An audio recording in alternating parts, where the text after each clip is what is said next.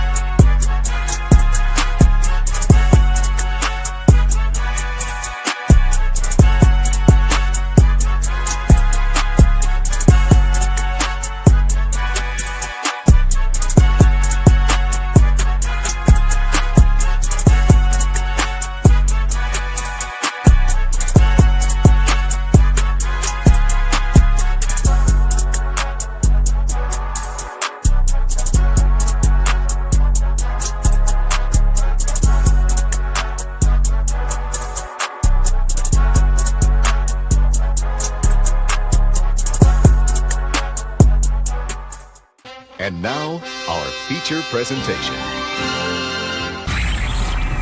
You are watching a master at work. Go get some! What is up, fellas? My name is Rafael, así nos llama el Capitan Rafucho, and welcome to another live stream coming at you because tonight, this afternoon, we're gonna bring the thunder and lightning on this UFC Fight Night on Paris. Bonjour, bon ami. So thank you very much because this is the UFC Fight Night live on Capitan Rafucho because we're gonna bring Nassourdine Imavov versus Caio Borralho for the fighting nerds. Right now it's gonna be so electrifying. So please make sure to subscribe to Capitan Rafucho on YouTube. Also, you can follow on me, different social medias, Twitter at as known as Capitan Rafucho, Instagram at Capitan Rafucho 93, on Kick at Capitan Rafucho 93. And if you wanted to make a donation to help and support the stream or platform, you can make a donation on Cash App, Venmo, or PayPal. So this is gonna be it right now because the UFC Fight Night in Paris, which is getting back, and the next week is gonna be really important because they got La Noche UFC between Diego Lopez versus John Silva and the movie that all you've been waiting for, Canelo Alvarez versus Crawford in Las Vegas at the Allegiant Stadium. So this is gonna be an epic weekend to begin the Hispanic Appreciation Month, which is the Hispanic Heritage Month, which is beginning from September 15 to October 15. Yeah. Right now we got the main card. So I hope you guys enjoy it because I would tell you for just like a little advice. I will now show the UFC Fight Night stream due for the copyright issues. Because everybody thinks that, oh, get this dude out of my face right now. We can never watch the fight. Look, if you got a subscription on ESPN Plus, you should watch it. Because this stream is just like appreciation to all of the fans. And I'm not going to show the stream, the actual stream of UFC Fight Night on Paris, which is not going to happen due for the copyright issues. All right, so ladies and gentlemen, we got the results for the preliminary card. We got for the women's strawweight, Sam Hughes defeat Shauna Browning by submission. On welterweight, Renat Fagredino versus Andreas Gustafsson, which is Renat won against Andreas by TKO. On middleweight, Royal Brysek defeat Brad Tavares by TKO. On welterweight, Sam Patterson defeat Trey Waters by TKO punches. On lightweight, we got Caio Fernandez defeat Harry Hardwick on TKO leg kicks. On heavyweight, Andre Delija defeat Marcin Tibura by knockout punches. And in lightweight, we got Omar Sy defeat Branson Ribeiro by TKO, elbows and punches. Most of those rounds, they just ended at the first round.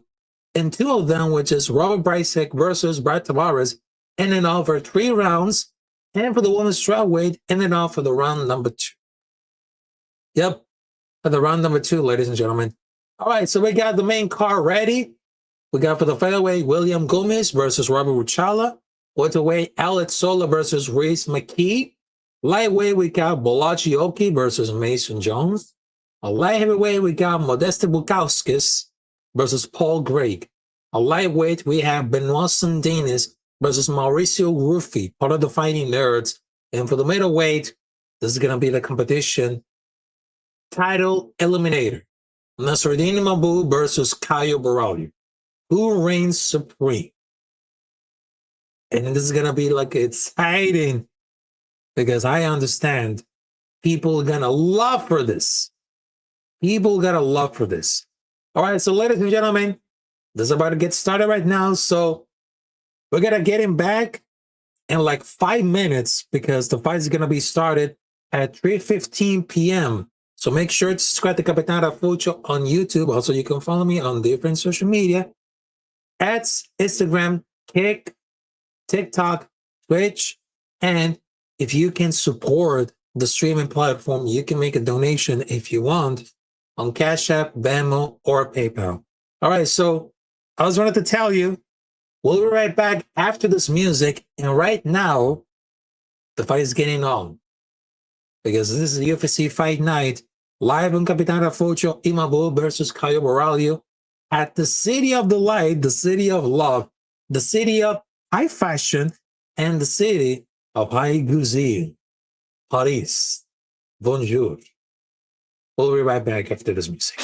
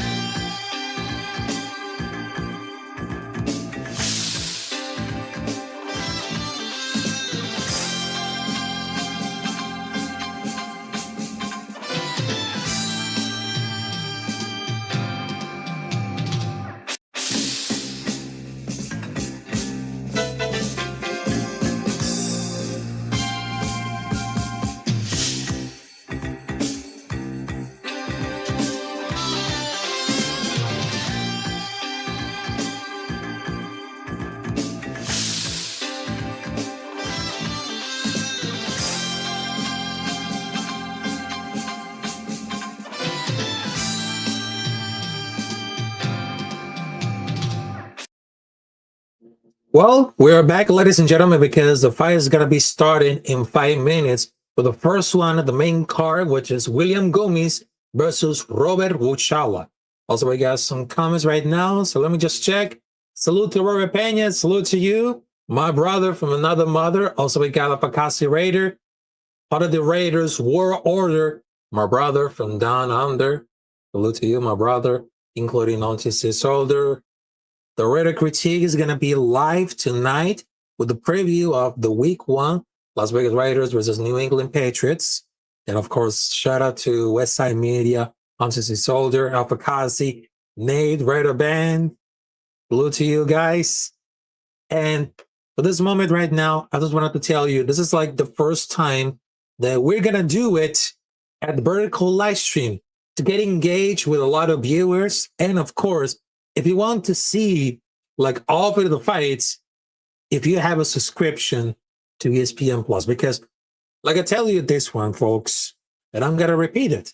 I'm I'm not gonna show.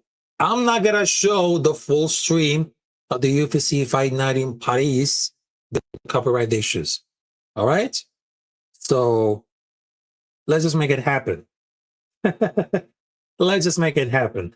All right, so I understand that a lot of people are getting involved what's happening of this week, because not only this week, it was the beginning of the NFL season 2025-2026, which Philadelphia Eagles dominate Dallas Cowboys in all-fashion rivalry on Thursday.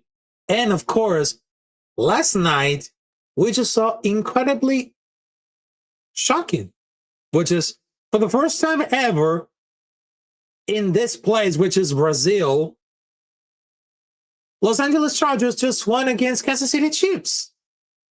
I mean, can you guys believe that?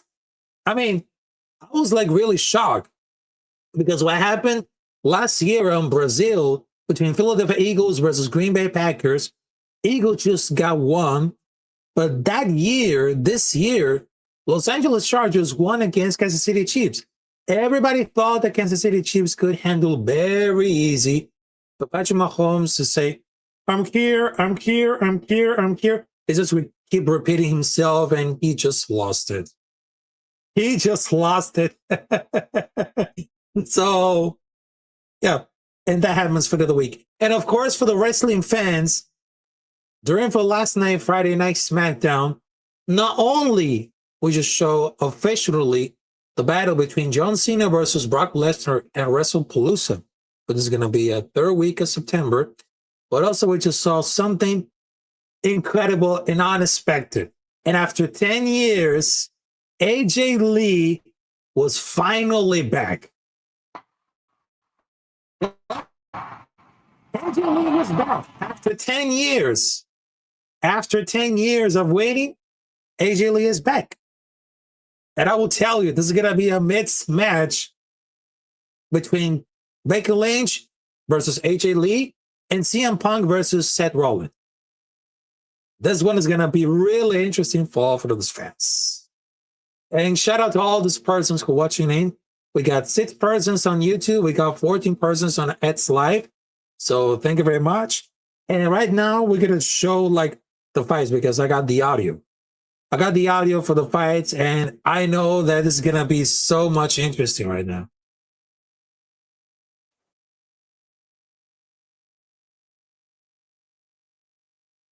Yeah, this is going to be really interesting. All right, so here it goes.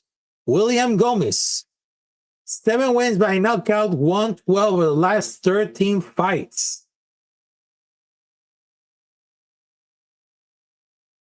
It's not going to be really frustrated, but here it goes right now. All right, for William Gomez, we got some interesting facts, because he's from France. He described himself the Jaguar, and he had a record of 14 wins and 3 losses. Yeah, that's what they call the Jaguar. And most of the 50% of wins, they have knockout TKO by 7 wins, 1 win by submission, and 6 wins by decision. And of course, his last fight, he just lost against Hidra Mill at UFC Fight Night on March 1st.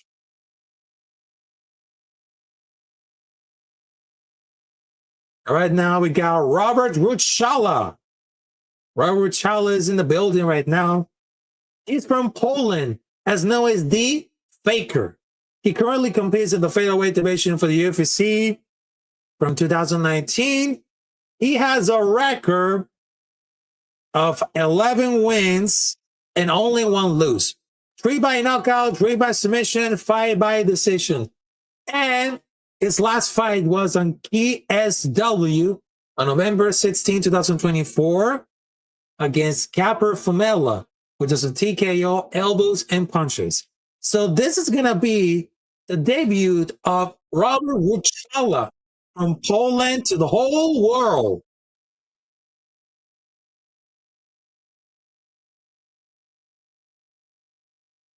Yeah, he got the smile right there. He got the mouth to say Faker.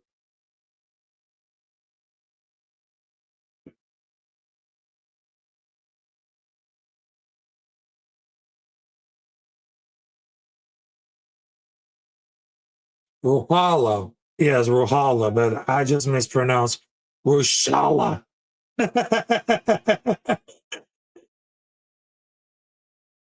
Right now, we got William Gomez representing the city of Paris, France.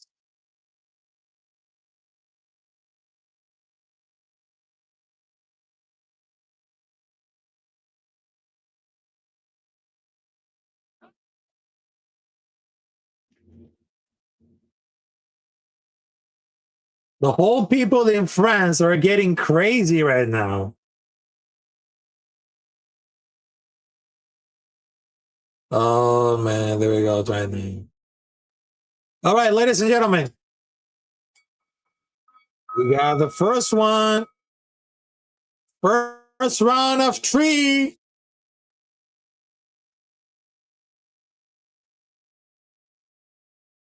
We got Rushala versus Gomez. Oh, very impressed about Will and Gomez.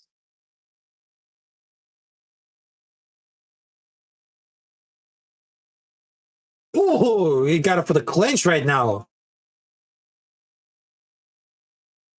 A lot of pressure, a lot of defense. Oh, with the leg kick. Oh, he's going off with a jab. Going in for the jab right now. Oh, he's getting in. He doesn't want to get in right now.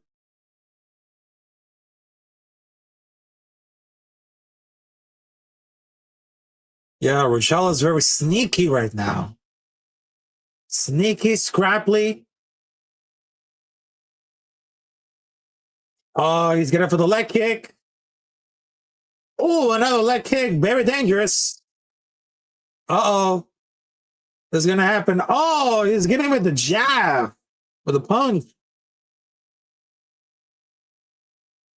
Another one. Yeah, he's very technician.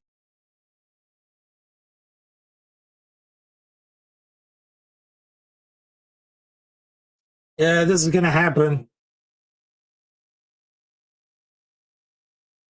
Ooh. None of this one. Oh. Yeah, this one is going to be really shocked.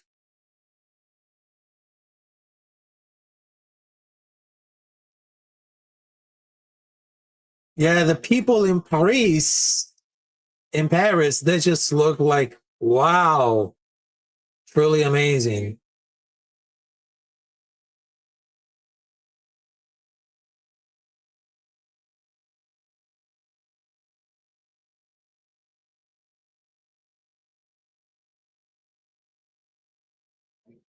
Ooh.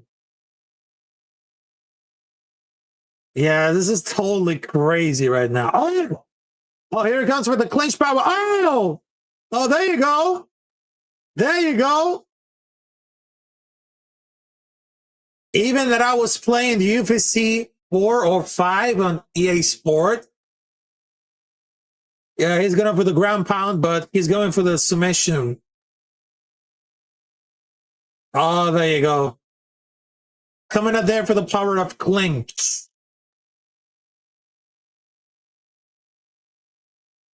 It takes 2 to make it right.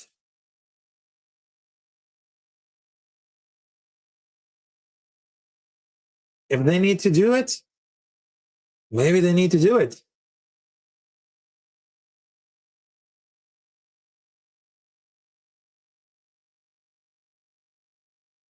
All right, come on there. Just give him one more. And no. No, they're going to really watch out right now. They're going to really watch out. Yeah, they just wanted to need it. Just get in there right now. Just get in there. Oh, snap.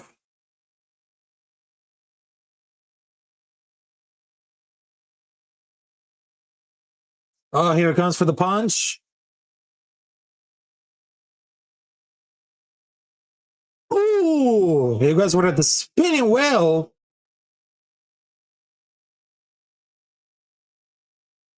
All right, there's 1 minute left. What is happening? Oh, he goes for the leg kicks. Well, not that really impressed.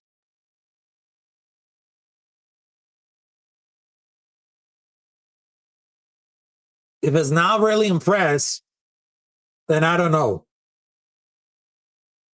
All right, 30 seconds left. Oh, here comes Ruchala. Here comes Ruchala trying to submit him. 20 seconds. 20 seconds left.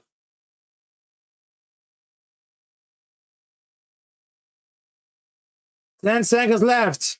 9, 8, 7, 6, 5, 4, 3, 2, 1, and that's the end for the first round of 3.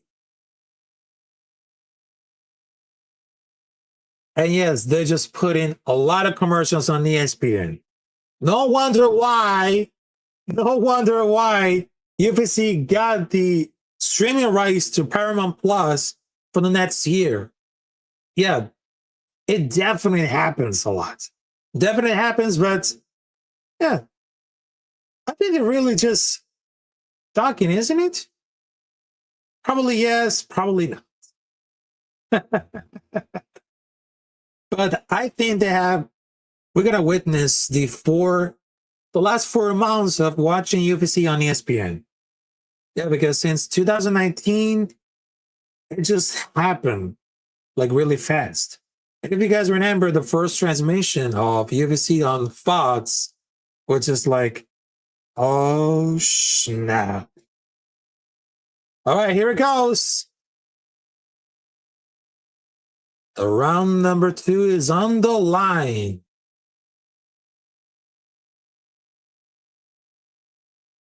Let's go for it. Here comes Gomez. Here comes Ruchala. Oh, you got to be really careful about it. Ooh. Very powerful of the punch right then. Another leg kick incoming. Another leg kick incoming by Ruchala. Oh.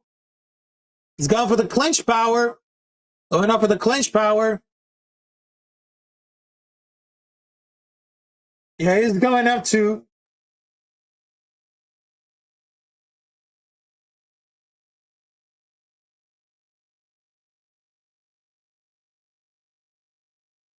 Oh, let's gonna do it. Oh, there's another one. Man, those persons in Paris are just like, man, oh! Oh my God, oh! This one is so great!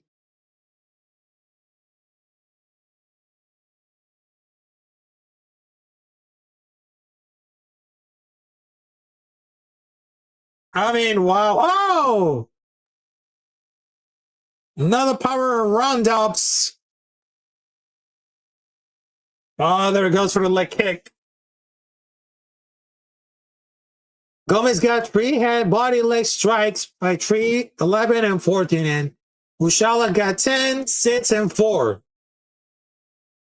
Yeah, I've been seeing that movement before. That's the power of the clinch.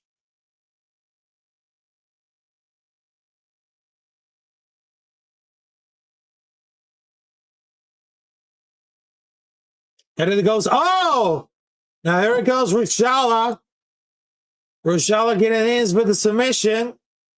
I don't think it's going to be so much easier.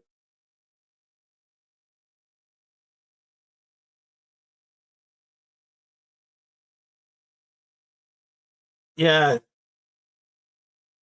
I think it's over. I don't think it's over because they put a lot of pressure.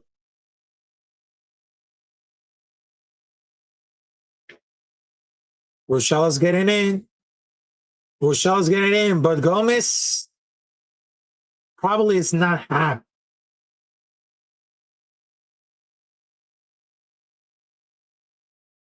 Happening around for this one. But there you go.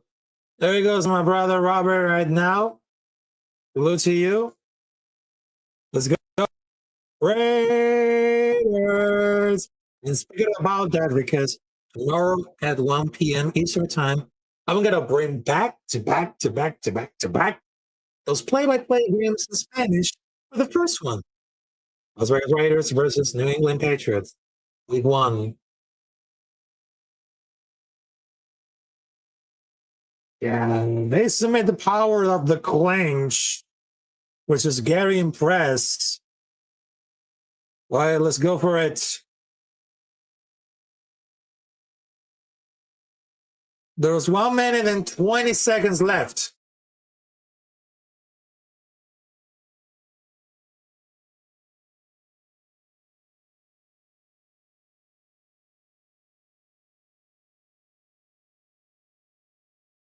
Yeah, this is really happening. I mean, damn. All right, there's 1 minute left.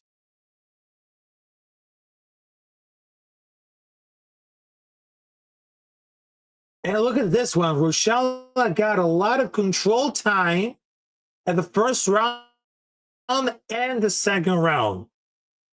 I mean, that young, he has great talent.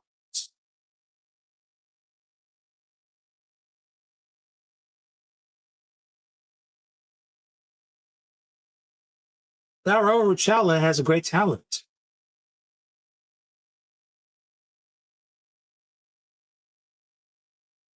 All right, there's 20 seconds left. I mean, he finally secures a takedown in the second round because he needed it. 10 seconds left. 9, 8, 7, 6, 5, 4, 3, 2, 1, and there you go right now. There you go right now. It seems that Robert Rochella was definitely getting in because she'll be like straightforward because it's just like an underdog. And I'm not kidding about it, folks. Not kidding. But it's just like an intriguing, polished prospect to watch. And the people got eyes on them. Yep. People always got eyes on him, not only for the skills, but also for the improvements that he won. And I'm telling you, the power of the clinch, because he has a lot of experience as a KSCW champion, which is a big deal. If he can beat Gomez, I'll be totally impressed. And they know this is going to be well tested. It's going to be well tested, ladies and gentlemen. Totally way go for this one.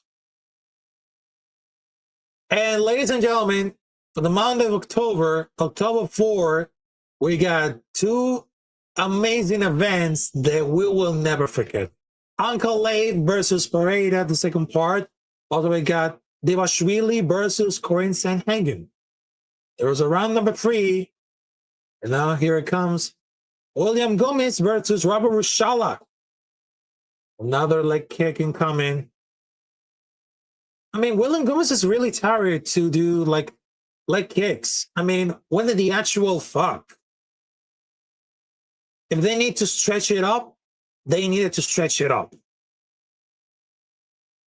Yeah, there was official timeout.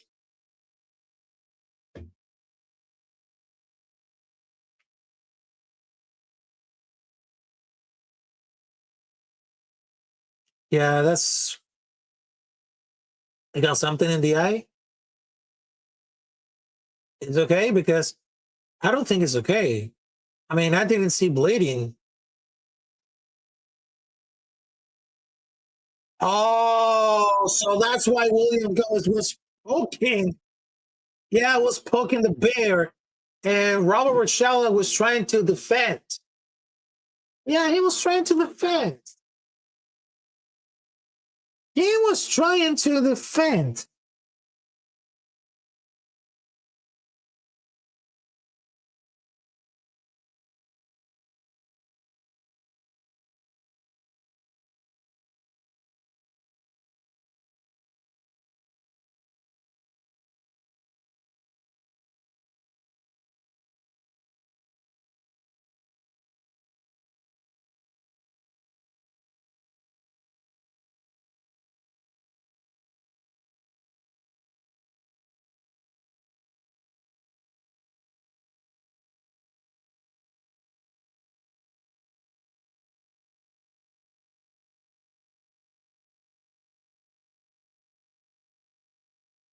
The referee was telling no eye poke.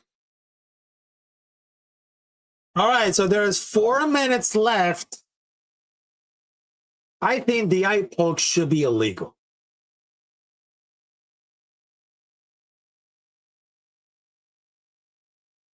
All right, let's get into it. Another leg kick can come in. Oh, with a swinging back. Went up for the swinging back right now. Oh!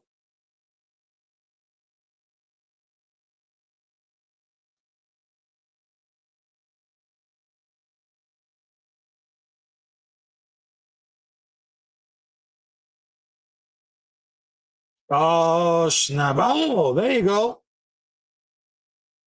Let's get into it. Maybe let's get into it. I don't know. Oh, maybe they just wanted to find out. I mean, I don't care.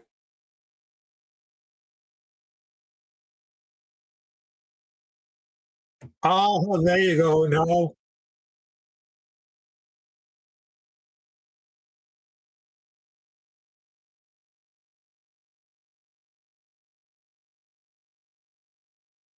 Oh, man. Just get in there.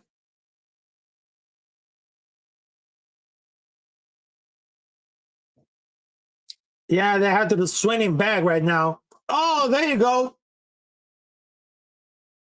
Amazing takedown by Robert Rushala. Yeah, that was like pretty much amazing for a rookie. Pretty much. And I love it. I love it. I love it. I love it.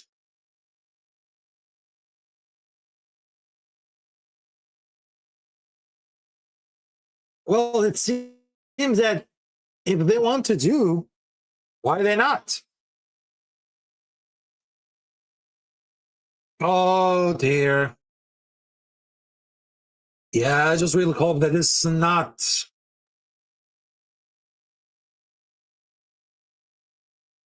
Oh, no, there you go.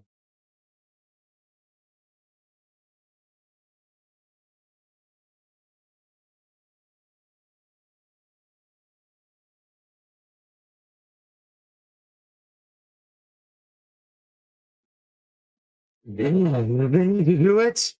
Oh, no.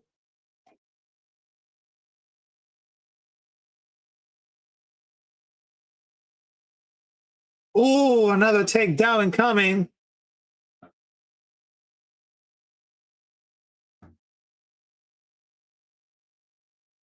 Yeah, that should be happening.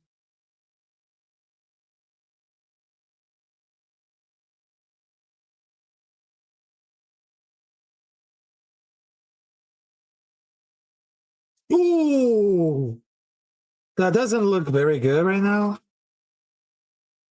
That doesn't. Well, there's another leg kick coming up there. Going us for the kick, hook. Another failed hook.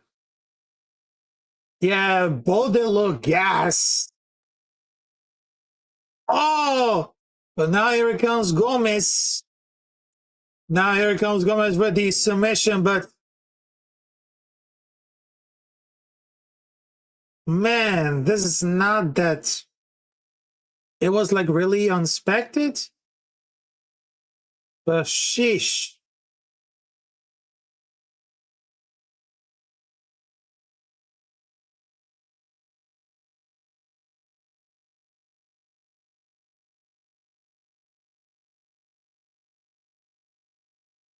Oh dear. Yeah, they're still hooking on it. They're still hooking on it. And it's over. Yeah, it is over. So right now, it was a decision. It was a decision, but watching so far that William Gomez has had so far in this winner, taking all the round number 3, and Robert Chala needs like a big moment, and he wants to try like another takedown, but he was accepting a lot of clench and clench and clench and clench against the cage, getting reversed.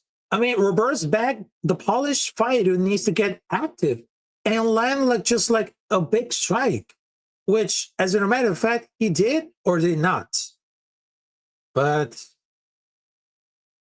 the eye poke was atrocious. It should be lost to point because there's no excuse for that. No excuse for that. So that eye poke, it should be illegal, including like the tush push. The eye poke, it should be illegal, including the tush push. That's what I just said. That's what I just said. But here we are. Here we are.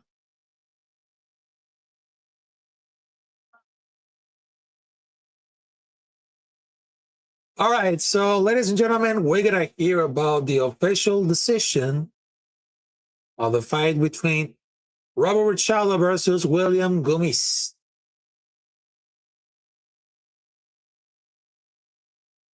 Let's get this happen right now. So I just wanted to see it.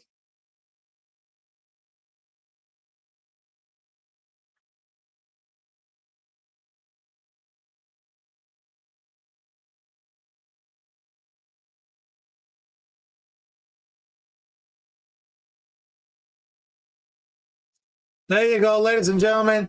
William Gomez, the Jaguar, the French Jaguar, is back at home winning a big W. And look at this. They even brought a traductor. Well, translator.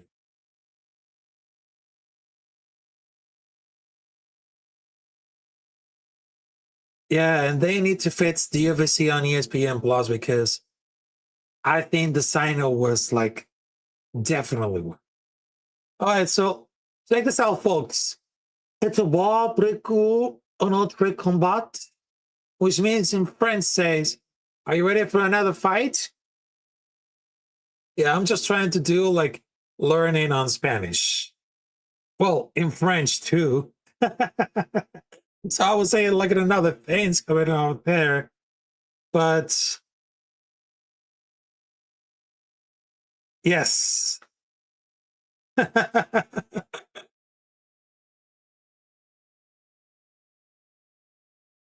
anyways, let's stress along core news ready to the suite. Which is no instead, stay right here because we'll be right back after this music. Bonsoir. Shiba the two.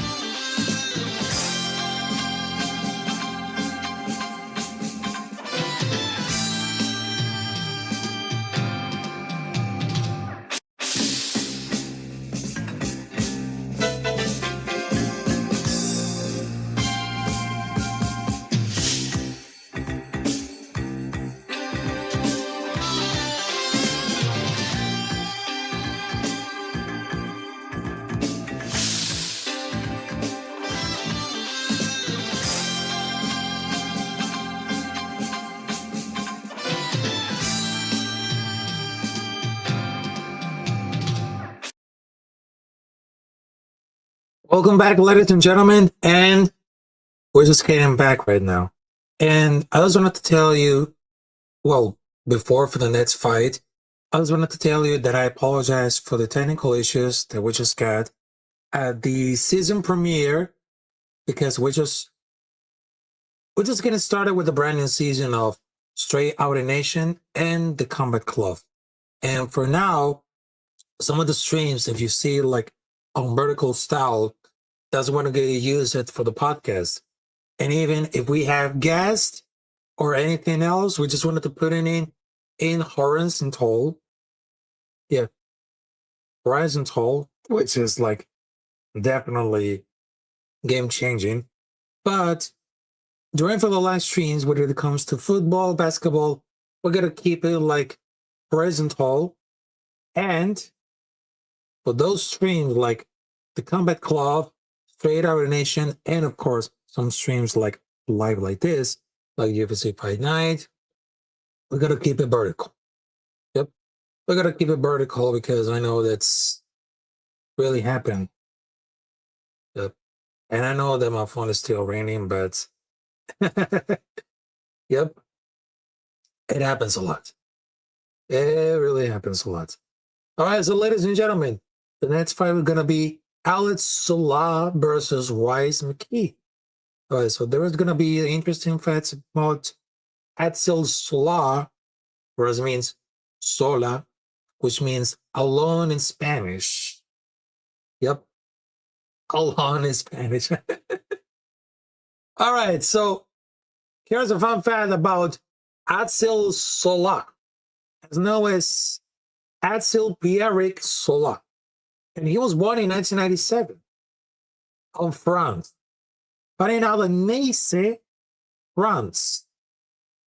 And his last fight was an RSFC 31 Sola versus Oldelia on June 14 in 2025.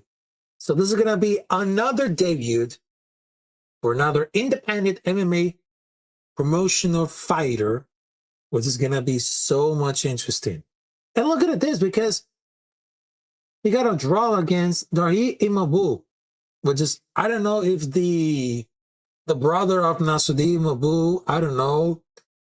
Yeah, that happens a lot. Yeah, that really happens a lot. But this is going to be his debut on UFC in Paris on the main card, which is going to be so delightful. Also, we got another fact coming up there. We got Wise McKee, as known as the Skeletor. It is fighting for Northern Ireland. Fighting out for Ballyman in Northern Ireland. Yeah. And they smell like Jameson everywhere. And he had a record of 14 wins and 6 losses. 11 wins by TKO, knockout, 3 by submission, 0 wins by decisions. And his last fight was against Daniel Frunza at the UFC Fight Night on April 5, 2025, which includes the medal of Fight of the Night. And he was like a former Cage Warriors athlete, which not only he fights against Haakon Foss, Perry Andre Goodwin, Jefferson George, and he lost the belt against Tim Barnett on Bama 44, Lahore versus Brazier back in March 2018. And I know that sometimes the independent MMA fighters, I mean, they're going to be really aggressive. At all. We got Alex Sola, unbeaten, 10 wins, only 1 lose. Whoa, 0 loses and 1 draw. And 5 wins by knockout. And he was a former RSFC lightweight champion. And if you guys want to bet or you're interested to gamble, there are some props to watch. Sola to win by knockout is plus 318. And also we got the other fighter, Wise McKee, the knockout minus 318. I know he's been in like an underdog, but let's see what they got for the fighters. Both fighters are having like the time of this life. Alex Solar, his debut, but also we just see like Ray's McGee, the Skeletor, coming up there on this octagon. I just wanted to put like the audio because I just forgot it.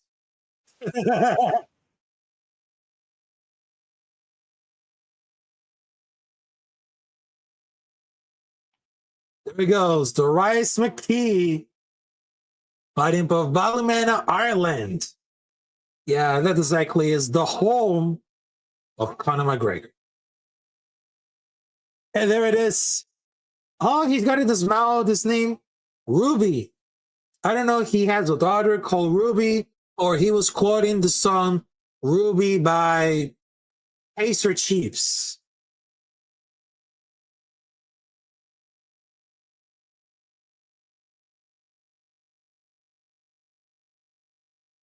There you go right now.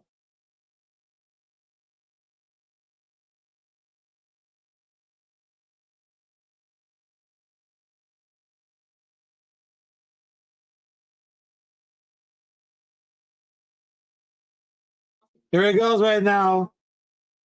The first one. The first round of 3. So here it goes right now. Bring the popcorn, bring everything because this is going to be really exciting.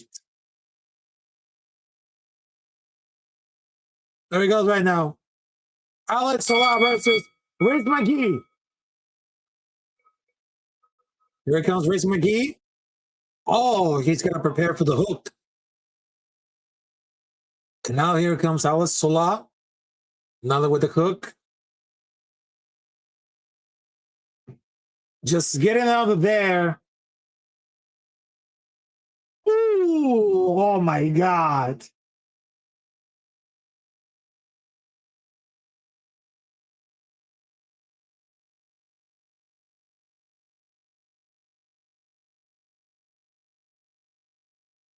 Oh, look at what we got over here. Another one. Oh, here it comes for the hook.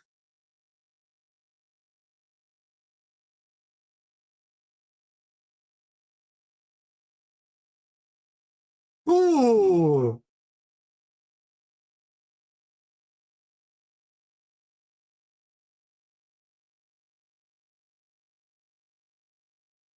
Oh my God. Oh, there he goes. Oh, it was like getting for the jugular right now.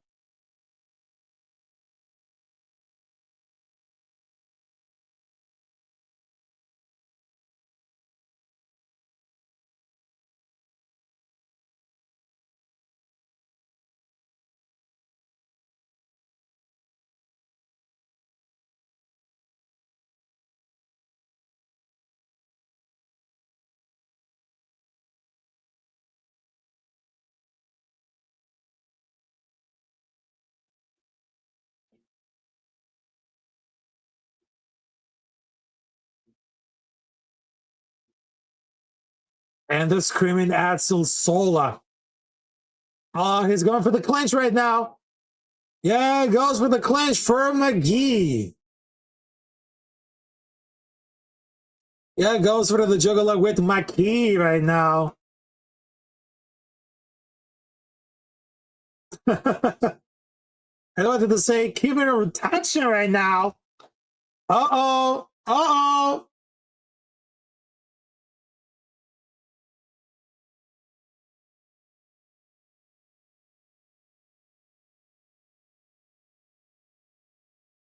Oh man, he's going up for the clinch right now.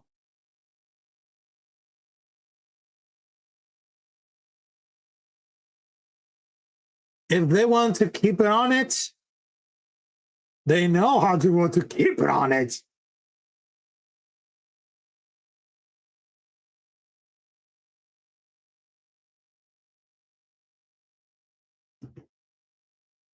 All right, so let's see what do they got. Uh-oh, he's in trouble. Yeah, Bryce McGee is having this trouble by a rookie.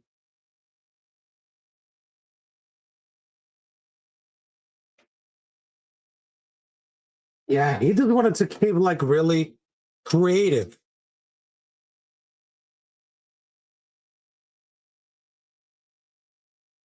I mean, Bryce McGee is really busted up into the roundest nose after a couple of clean strikes by Alto Sola, which is very impressive.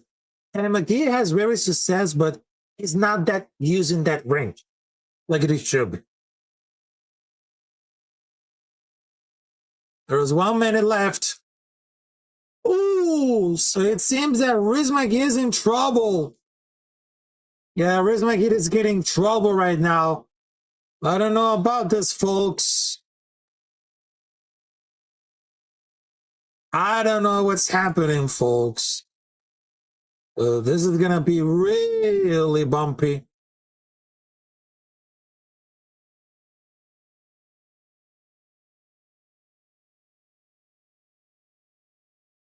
They want to see a try. Oh, there you go. There's 20 seconds left. Yeah, he just wanted to like take down 3 by 3. All right, there are 10 seconds left. 9, 8, 7, 6, 5, 4, 3, 2, 1, and it is over for the first round. But to be honest right now, I think that Alice Solar, have you ever seen like the striking? He looks very sharp and prepared. But I think the Rice McGee ground game could steal the spots. Yeah, could steal the spots. It is going to have the badass moment of the year. I don't know about this, but it makes sense. But Rice McGee is funny, like using the reach with the advantage when it comes to like also less motivating against the cage with that clinch, which is totally impressive. And I really love it. And yeah, there's still ESPN coming up with the commercial break. Yeah, like I tell you, folks, UFC is coming to Paramount for the next year, which is 2026. And that could be like the year that the streaming is taking over cable. And I'm going to be really afraid with that because I know we're living at the future, but sometimes I'm going to be really scared. All right, so here it comes. Round number 2 of 3. Alex Solar versus Reese McGee, the skeleton of Ireland. Oh, there it goes for like the ground game. If they want to keep it right, they want to keep it right.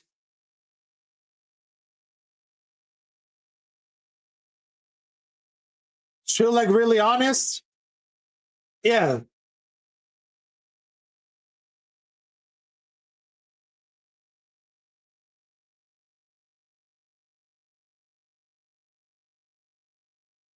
Oh, this one is gonna be really good.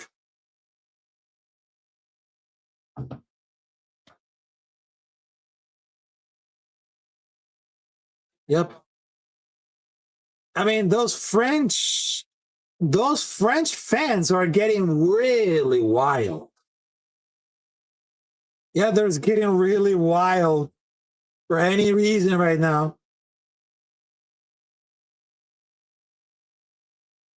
Oh, but here it goes. The ground power of Stola, it's impressive. Really impressive.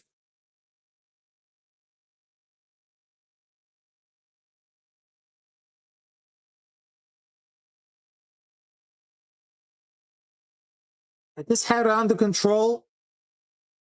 Probably gonna make it.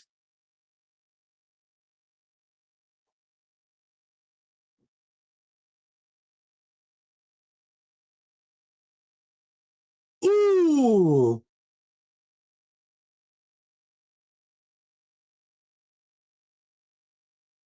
If they need to cut it off again.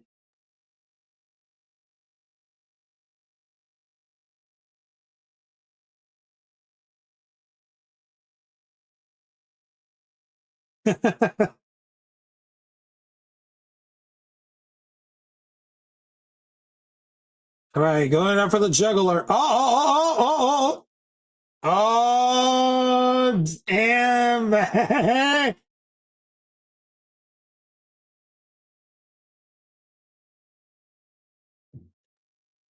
Yeah, they actually go for like the juggler.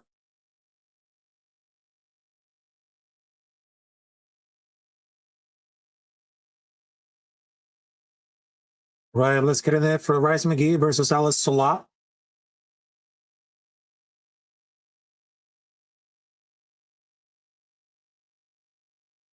Oh, there it goes for like the clinch, but also with the jab and juke, the jab and hook.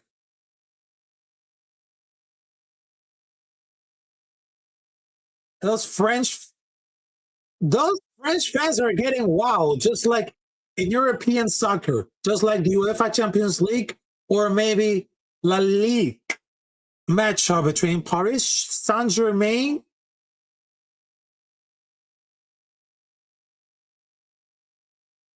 I mean, I gotta tell you, but I almost forgot about this.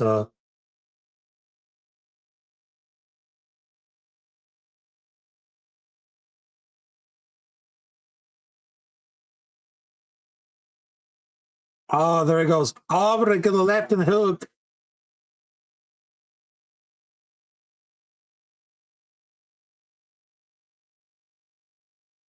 The size of power, it became something like really. All right, so there's 50 seconds left. If that happens very good, they might, they might know to know.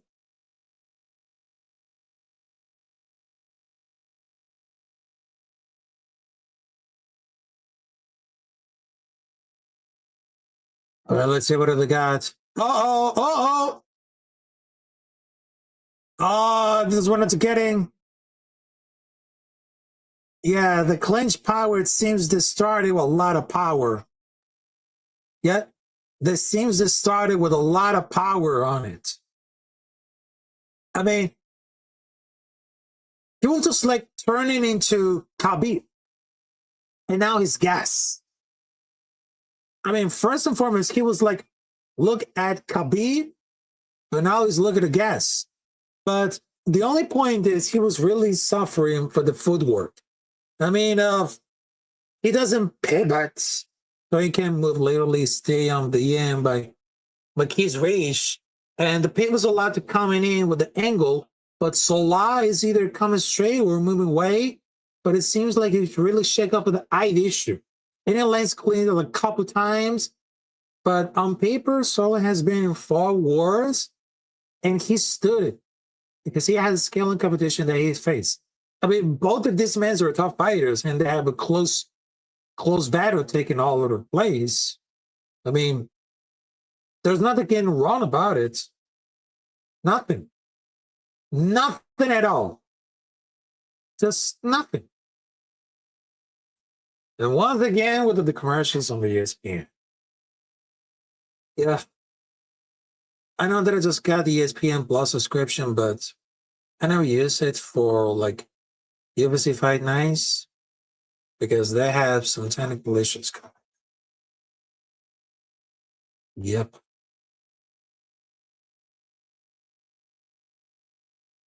All right, here it comes for the second. Well, it's the third round.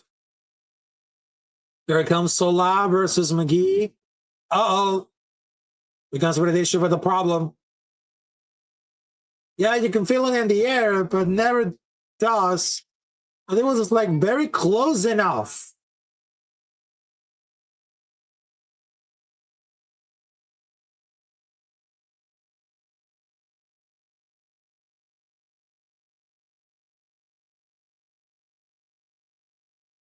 Just get in there right now. Just get in there. If they're never gonna put it in,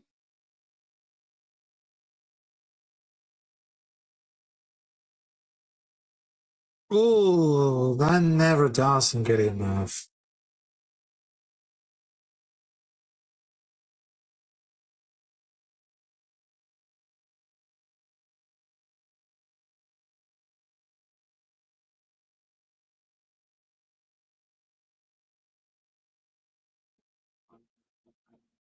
Ooh, oh man.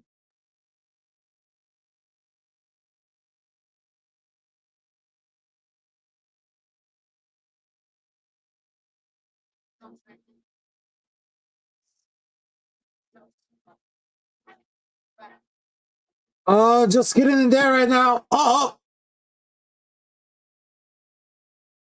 yeah, they need look at exactly the power of the clinch.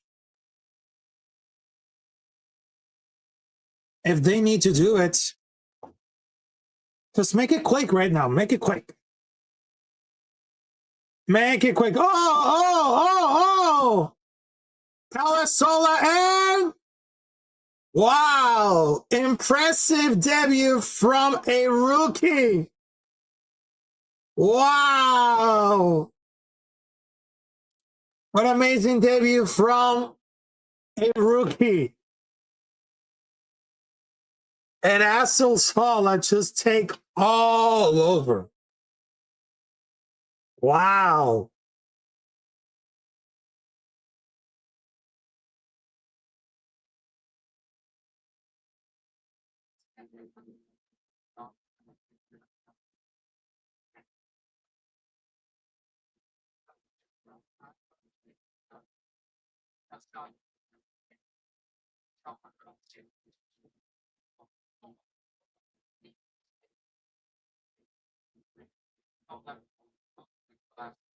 All right, let's check them out for the official decision.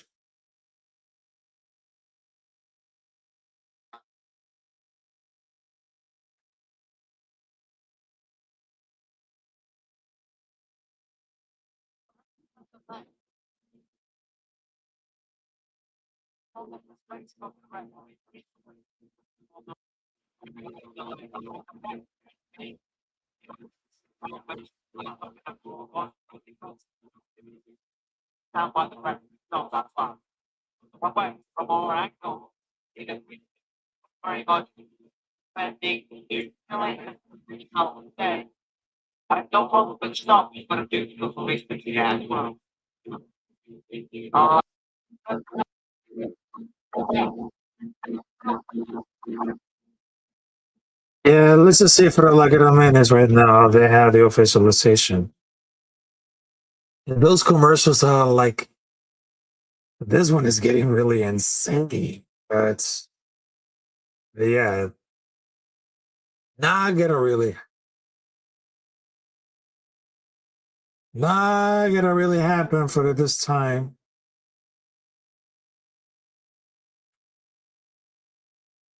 Yeah, I think this ESPN commercials are getting a lot out of the wild, which is like meh.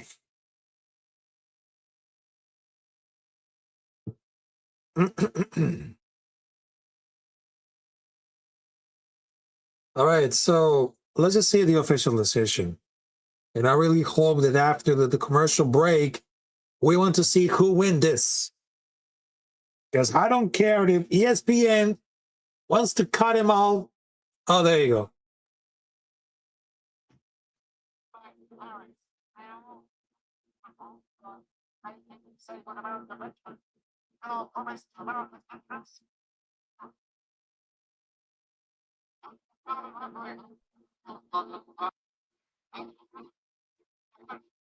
All right, there you go.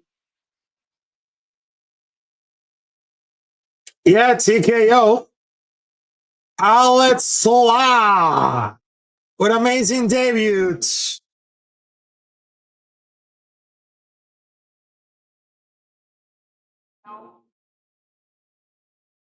And he's still undefeated, ladies and gentlemen. He's still undefeated. I love it. At the round 3, I mean, that was just like really, really impressive. A lot.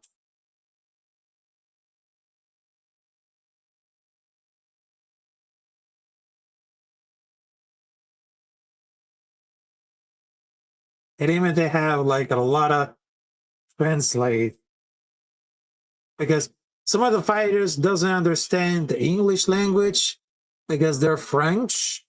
Yeah, they're French.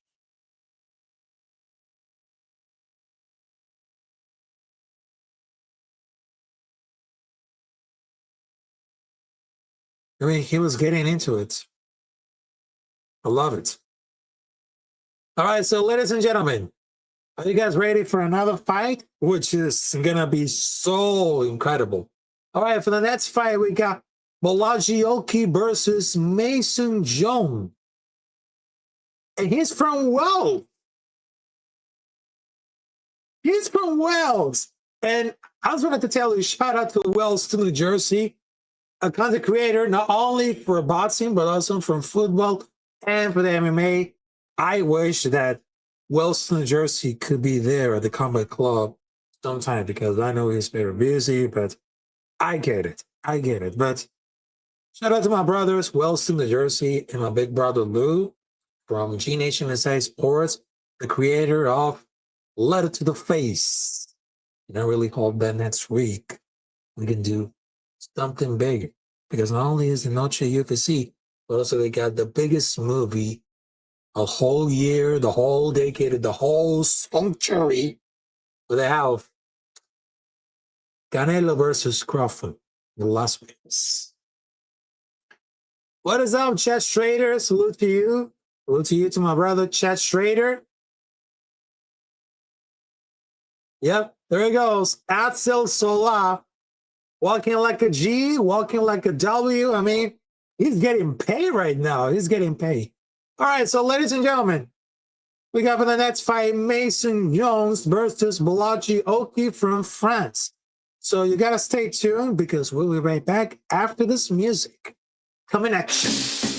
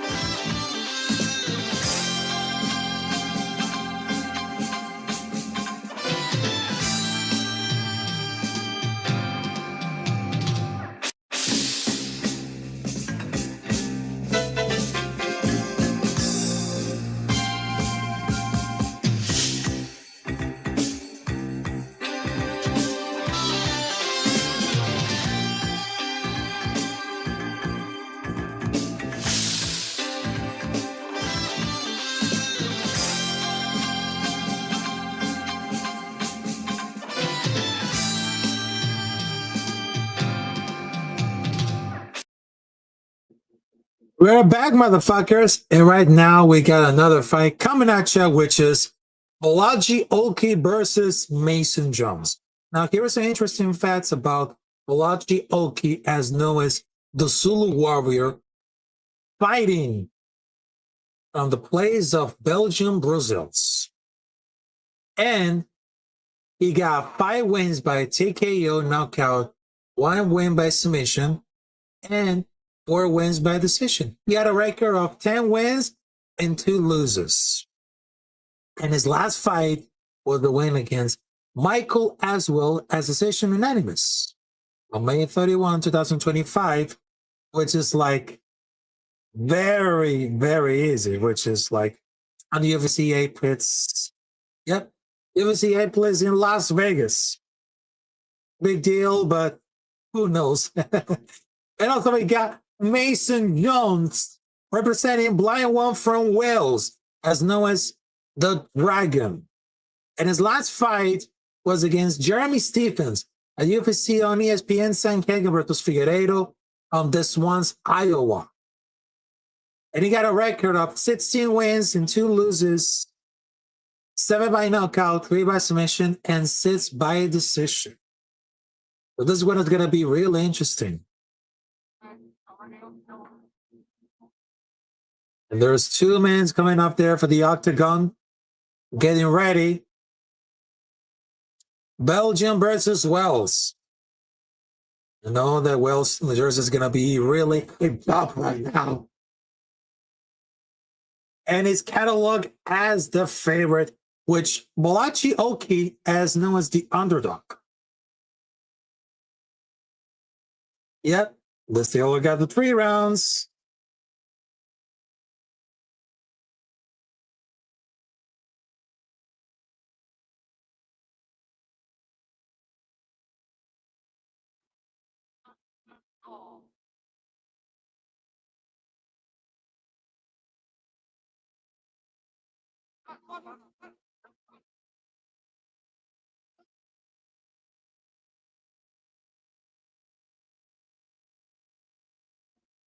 Yeah, here comes the Dragon. Yeah, and there's people representing for Wales.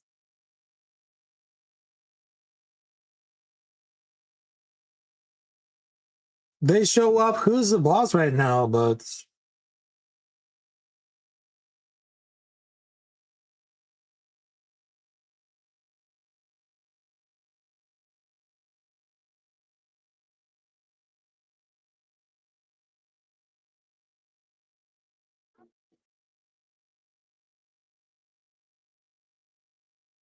there you go right now.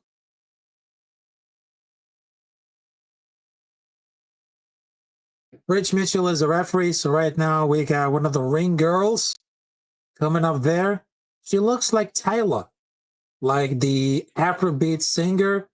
I love her. All right, so here it goes. The first one of 3 coming at ya.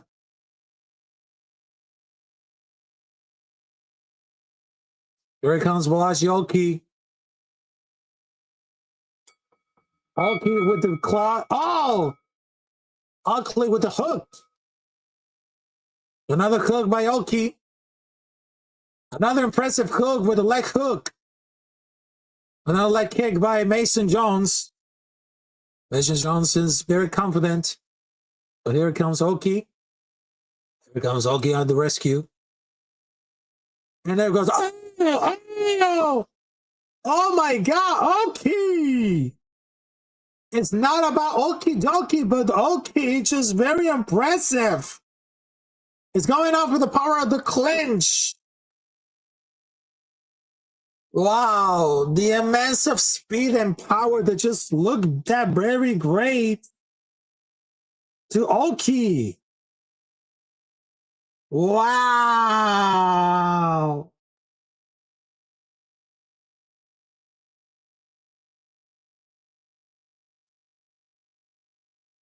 Oh, snap. There he goes right now. Ooh, there you go.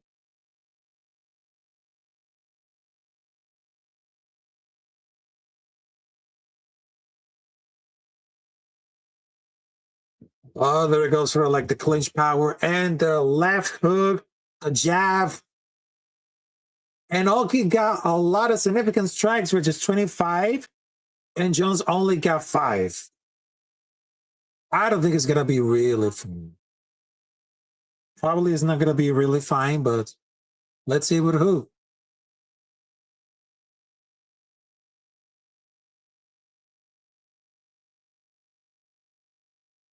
And the people screaming out there with Oki.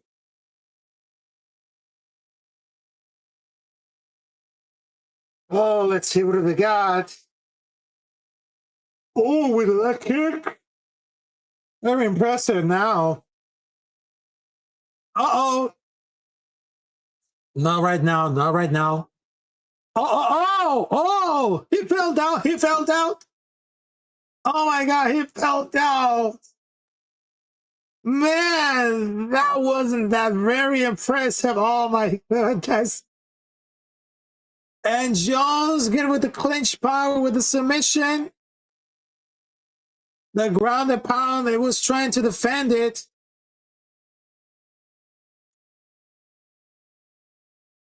Very impressive about the game plan of Mason Jones. Very impressive about the submission game.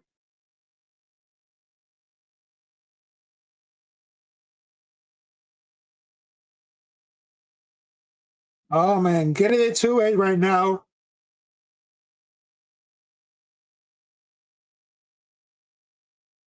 Oh man, this is getting into it.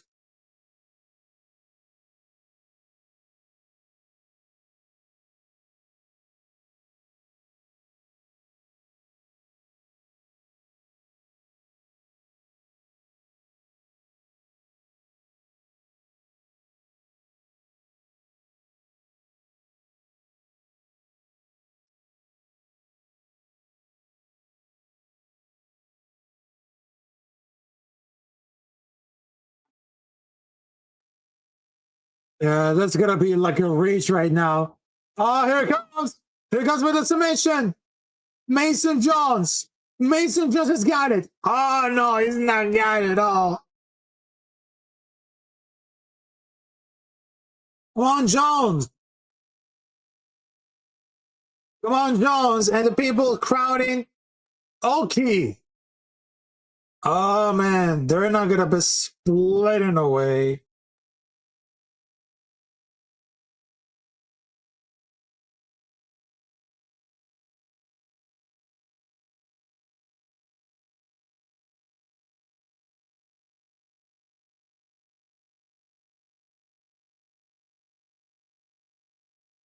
This is gonna be really tough.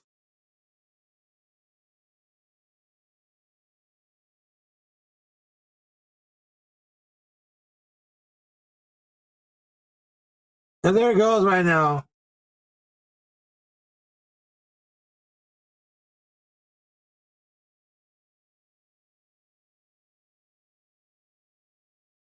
There it goes right now, but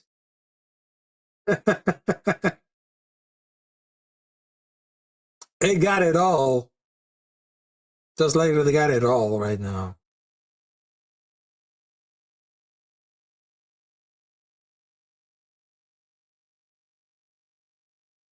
Yeah, there was always commercials with the ESPN. I mean, I hate it. Oh my God.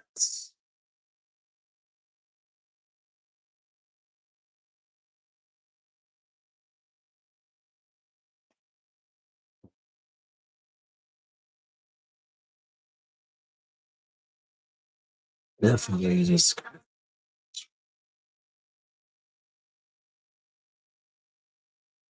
But they just wanted to flip the script right now.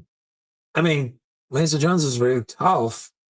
Oh, he might blunder this way to trying to knock it down, but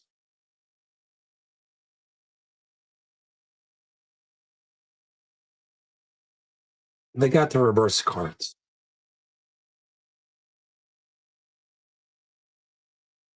All right, let's go for the round number 2.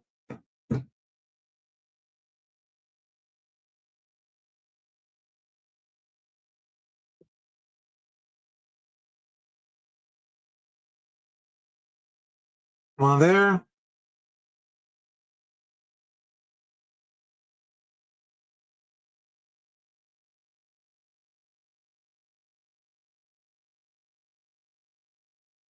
And the people still crowded.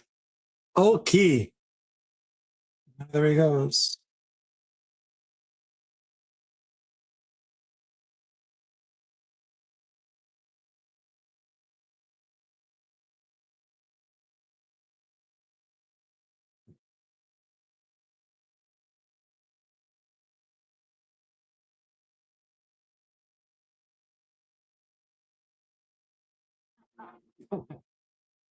They want to keep it on way, huh? They want to keep it all over again.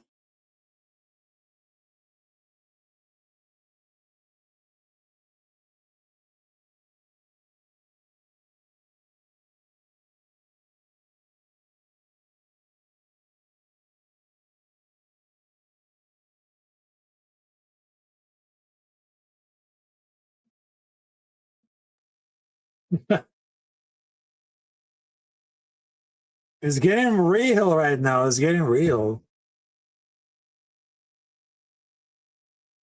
Let's see what other got. Oh! Not a good impressor right now. But right now, let's see what they got. Oh, there goes Mason Jones with a submission.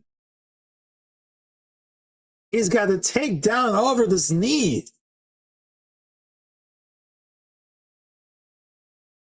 And he's getting a lot of pressure against Oki.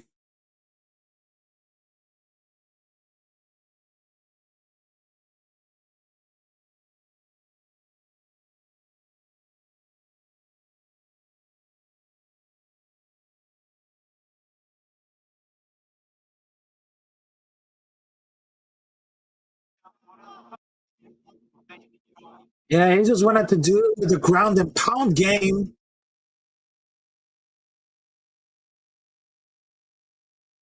Yeah, those nasty clinches are really incredible for Mason Jones. Oh, there he goes right now. They went for like 1, 2, 3 shots. I mean, amazing. And Mason Jones got out of this pocket. Got out of this pocket. Got out of this pocket. Oh! There you go. Mason Jones, the Welsh Dragon, with impressive performance. Wells must be happy about it. Yep. Wellston, New Jersey is going to be really happy. Really happy at all.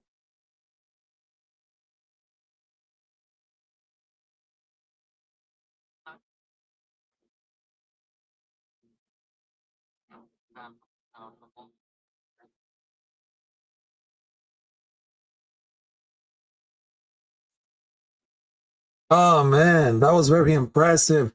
I mean, Mason Jones with an unbelievable comeback to win against Bolaji Oki. I mean, he's very tougher than the $2 steak. That was very impressive. I mean, that was like really special, but he's a real dog.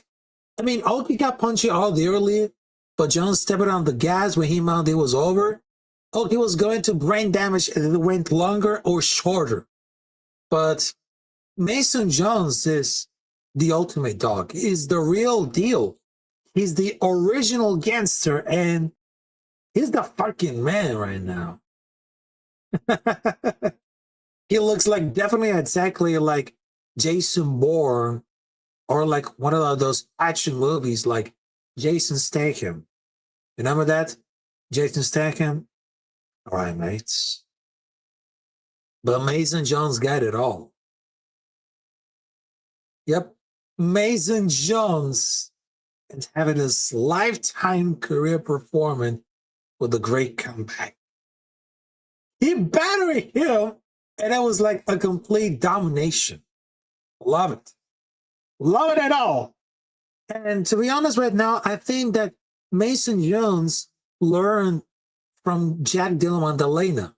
I mean, it could be like really might about scrappy and of course striking, but he's scrappy, he's very speed, very impressive, and I love it.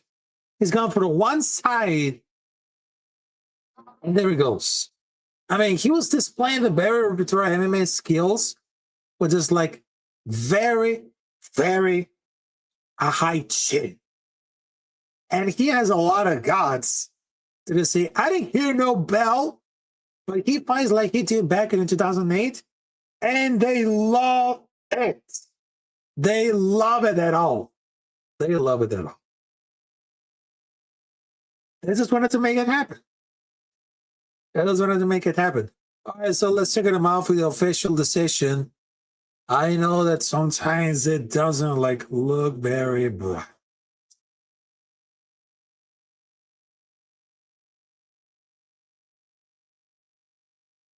In October 4, they got two impressive fights, which is Ankalaev versus Pereira and Devashvili versus Corey Sanhagen. And now, ladies and gentlemen, we got the winner, Mason Jones. 17 wins and 2 losses with a 6-fight win streak.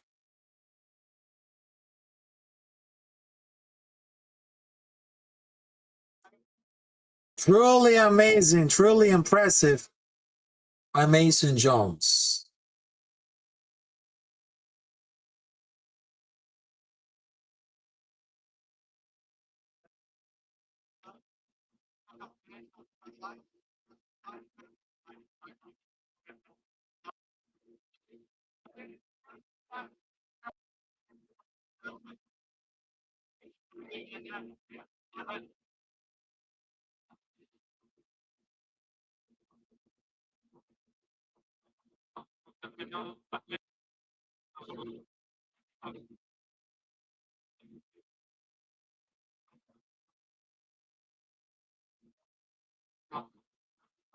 Oh man, but he's speaking from French? I thought he was a. Oh, they have a different language.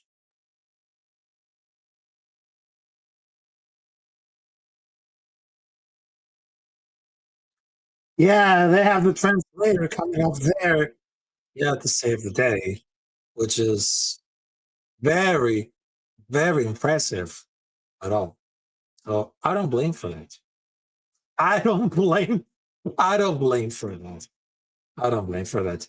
All right, so next up, we got one of my favorite fighters, including one of the Against the Fans favorite fighters that we all know this is going to happen, ladies and gentlemen, because we got the light heavyweight Modestas Bukauskas versus Paul Craig. So, Raul, so stick around because we'll be right back after this music. So, here it is. Live combat sports at Capitan Rafucho, UFC Paris, Imavov versus Borralho. France versus Brazil. It is not a soccer thing. It's about an MMA thing. So we'll be right back after this music.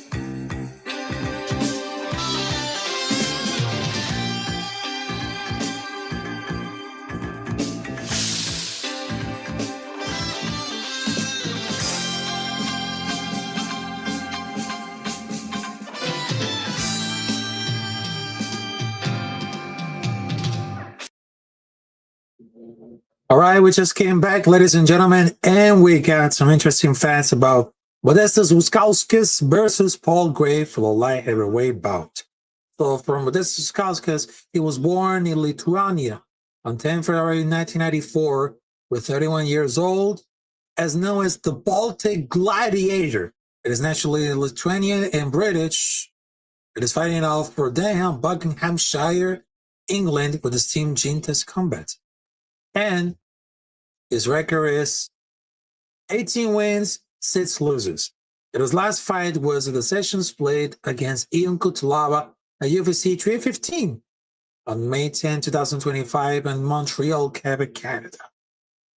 And for Paul Craig, he is known as for Arley, Lancashire, Scotland, is known as the Bear Jew, fighting out of Colbridge, Scotland, with the team High Level Martial Arts, black belt in Brazilian Jiu-Jitsu under Brian Gallagher, with years active from 2013 to the present. And he was represented for the men's Brazilian Jiu-Jitsu for the Pro Championship with the gold medal in 2015 in Burnham. And his last fight, well, that was an illegal up kick, which is no contest against Rodolfo Bellaccio at UFC on ESPN, Osman versus Buckley, Atlanta, Georgia. And his last fight was a loss against Bo Nickel at UFC 309 on November 2024 in New York City on Session Unanimous, which is the same Jones versus Steve Miocic. Yep. It's happening right now. It's happening. But anyways, let's make sure to subscribe to Capitan Rafucho on YouTube. Also, you can follow me on different social media. Twitter, as known as @Capitan Rafucho, on Instagram @Capitan Rafucho 93, on Kick @Capitan Rafucho. And if you make a donation, if you want to help to support the stream, you can make a donation if you want on PayPal, Venmo, or Cash App. Yep, those one of three of them. And yeah, this still a guy for ESPN for the commercial thing. I mean, to be honest, right now, I mean, those ESPN commercials are like definitely really sucks. Yeah,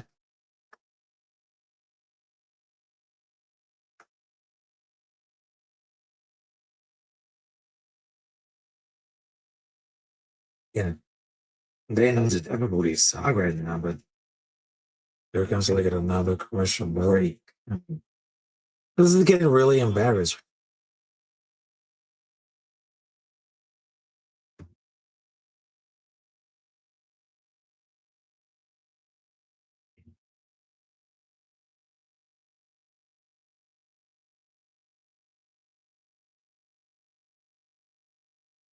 Well, they already got it.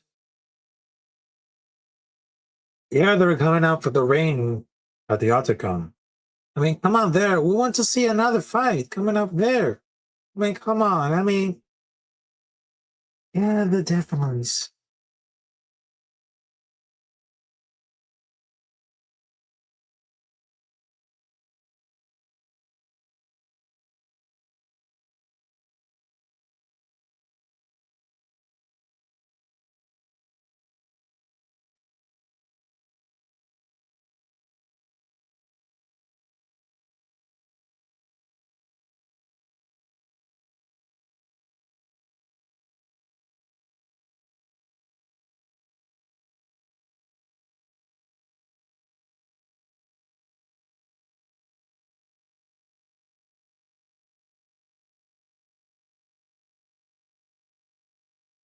Oh man, what should I do right now? I mean, I cannot put like another like musical intervention coming out there, but it's kind of everything. All right, so ladies and gentlemen, we got Modestas Bukauskas versus Paul Gray, Lithuania versus Scotland. And Paul Gray is 37 and Modestas Bukauskas is 31. And he has like a muscle reach, which they have the same weight, the same height, and the same reach. Why is it going to be like a close game?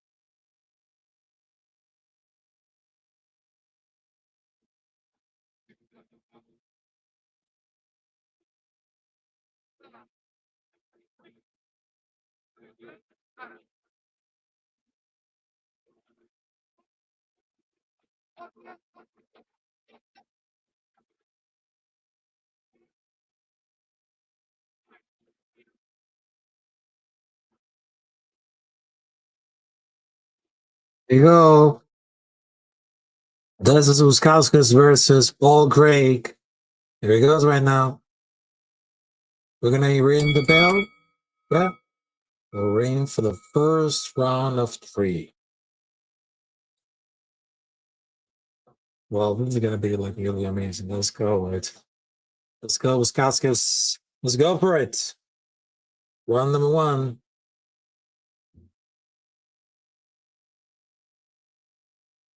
Yeah, this is getting really not confusing at all. But here it comes with the Uskauskas with a skill set.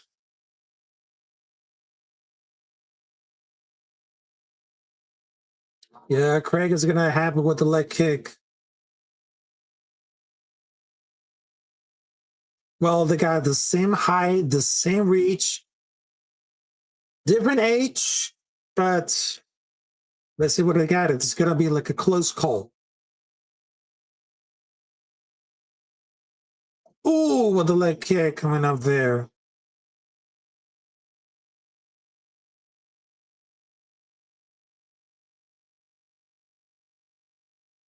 Another leg kick.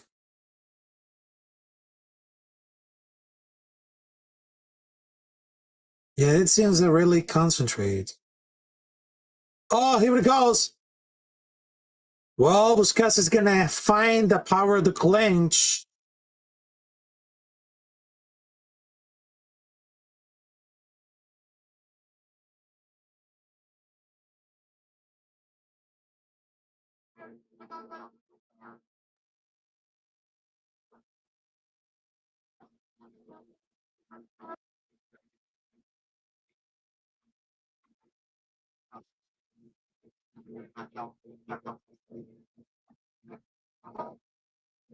Yeah, they really need to step up into the game for the clinch right now.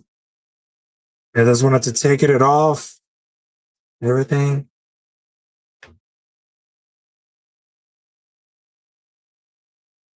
Now they're going sort of to clear a leg out.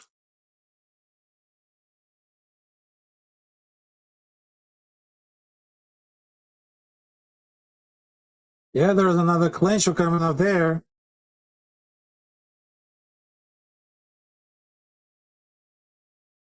Yeah, if they need to try to use it, might get cost it.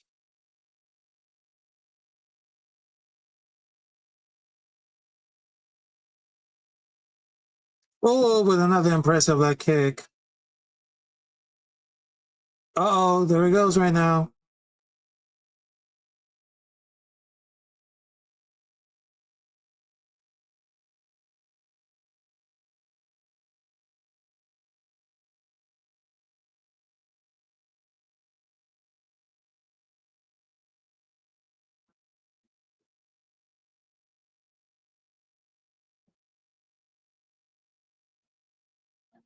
Ooh, amazing press of clinch right now.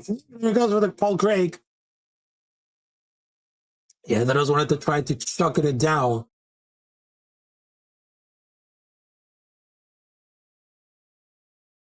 Yeah, they just wanted to try to chuck it up and then boom.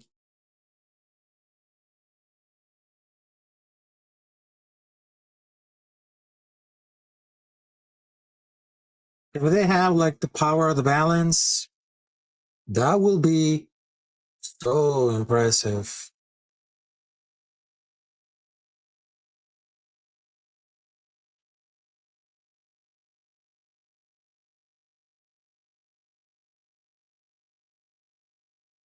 I wanted to keep it close.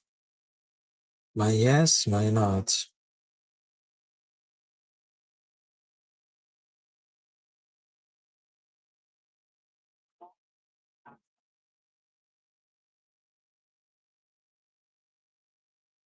Yeah,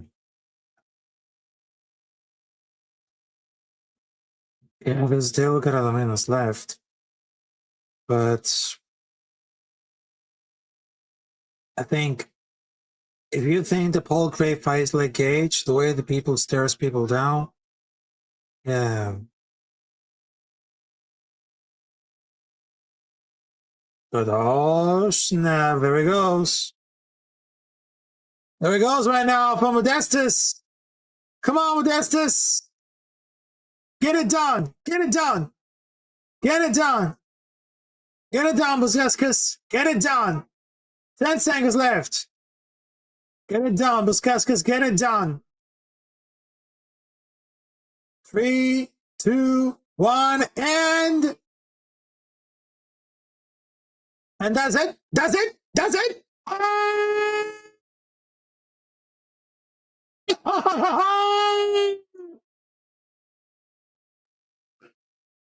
Modesta Buskaskas. Very impressive. At all. Oh my goodness. Modestus. Wow. Impressive. Impressive performance by Modesta Buskaskas.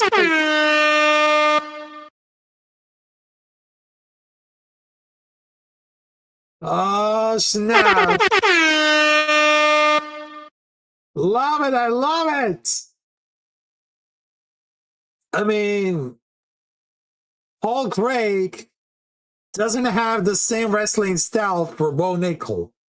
I mean, you just saw like the leg kick spinning around, but yeah. Well, that was like very nasty knockout. It was absolutely brutalized. But I think it's gonna be like the time to Paul Craig to hang off the gloves, but it's gonna be like so afraid. But Modestus Buskaskas, he used violence, he woke up, and then he beat Paul Craig in front of his family. Damn. And I would just like really scream at it and say, get it down, Buskaskas. Get it down, Modestus. And then there it goes. It was like really fun to watch. But also, I just saw on UFC in Paris, Tom Aspinall. Yeah. It was just like landed on the big strike. But Modestus Buskaskas, it was just like perfection. All right, let's just see for the let's just see for the official decision.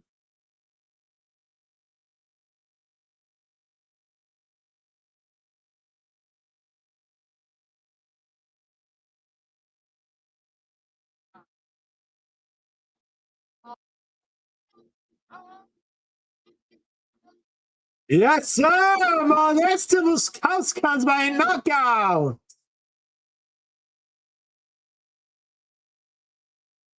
Winner by knockout! Congratulations to Modestus!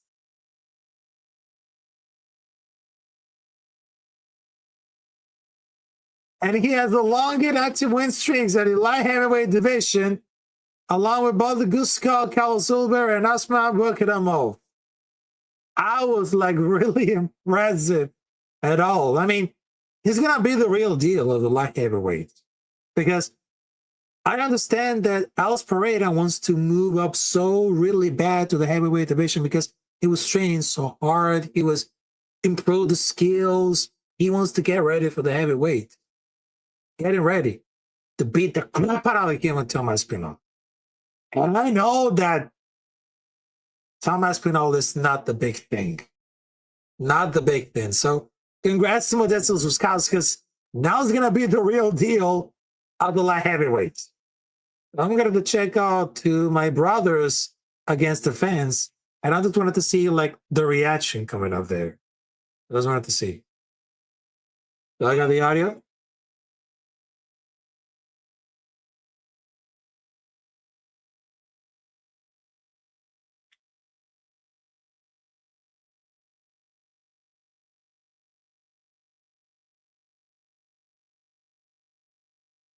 Yep.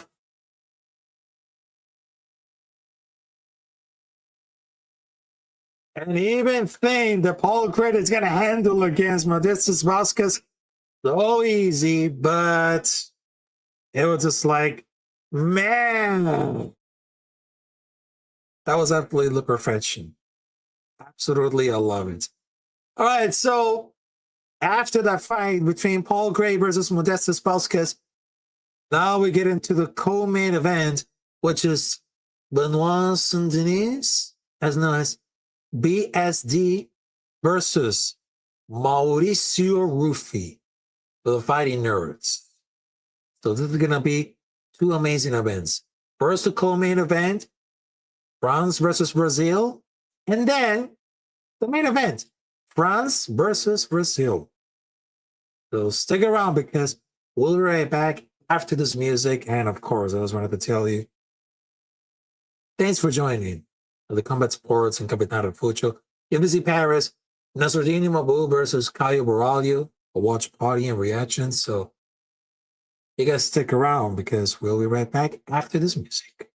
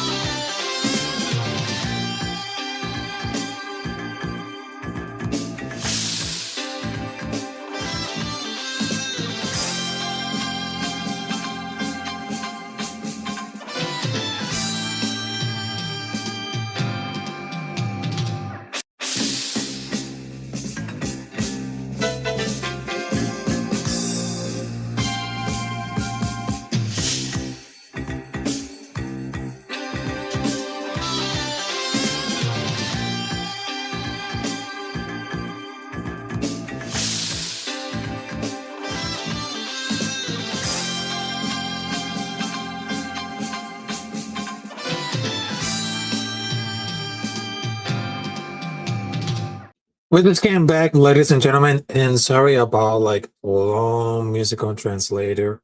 Well, the musical information, but we're just getting back right now. We're just getting back. All right, so ladies and gentlemen, we're dropping some facts about Mauricio Rufy versus Benoit Saint-Denis. Now, from Mauricio Rufy, he's part of the Fighting Nerds, fighting out of Sao Paulo, Brazil. He was born in Caribe, Alagoas, in Brazil, as known as the One Shot. And his last fight was against King Green by knockout spinning winning Kilk at UFC 313 of Las Vegas, Nevada, which is like the same one with Rafael Fiazev 2 versus Justin Gage and Pereira versus Ankalabe. Yep. And from Benoit Saint-Denis, representing from Nimsgar, France, he's known as the God of War. And his father was a French army officer who practiced judo at a good level. And his mother was a teacher. So that's why. And his last fight was against Cal Privilege at UFC 315 in Montreal, Quebec, Canada. He has 14 wins and 3 losses. 4 by knockout, 10 by submission, and 0 by decision. And from Mauricio Rufy, he's got a record of 12 wins and 1 loss.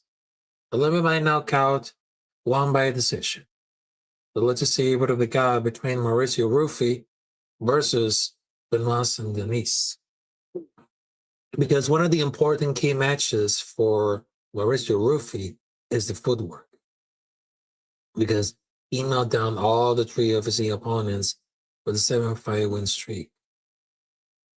And it's part of the Fighting Nerd, which is, it totally surprised me a lot. And from Benoit Saint-Denis, one of the key matches is going on into the control, the ground control, and avoid all the coasters by the knockouts.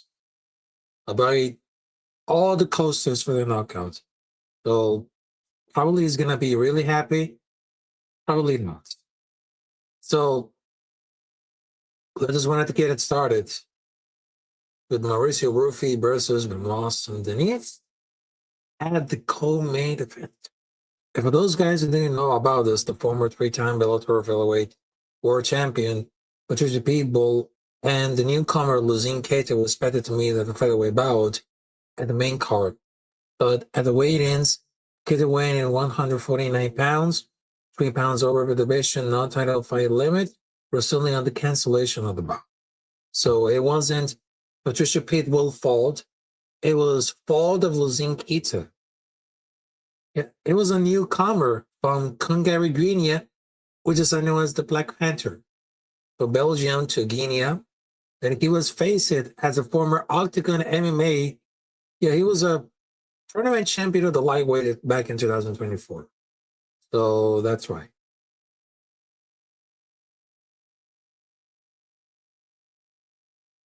He's got all of the people coming up there, so it seems going to be really... Sometimes the game plan is going to be like ridiculous, but if it's got to work, it definitely got to work. And I know that I live in the East Coast, but this is going to be like on the road. Like the song of Gar Brooks. You know the country song, the On the Road by Gar Brooks back in the 90s. Yeah.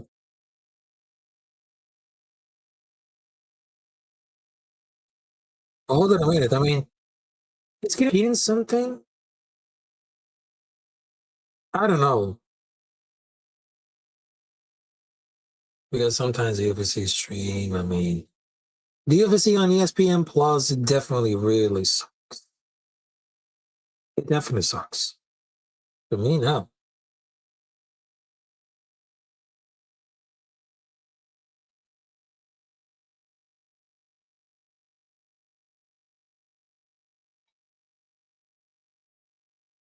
Oh, there you go.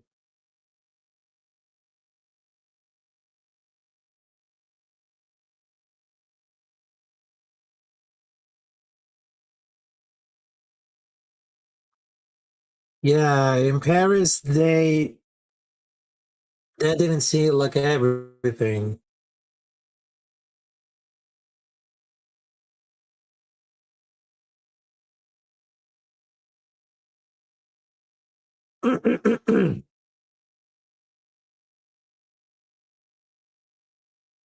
All right, so let's just see what it's got right now.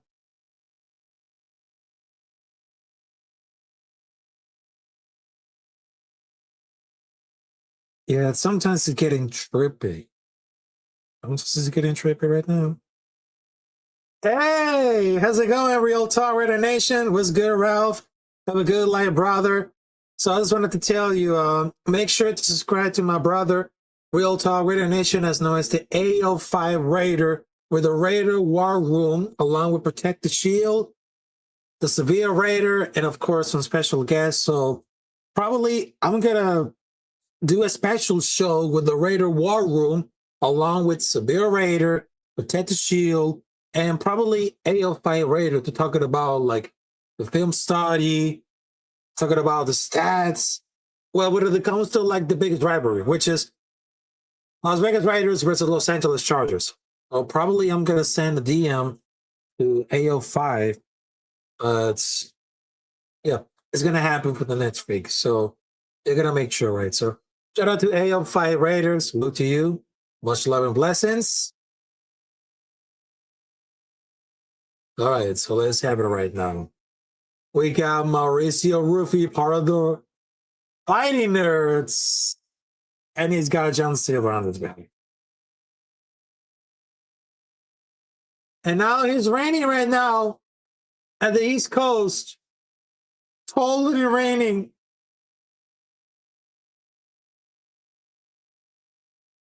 The God of War, Benoit Saint Denis, is happening right now.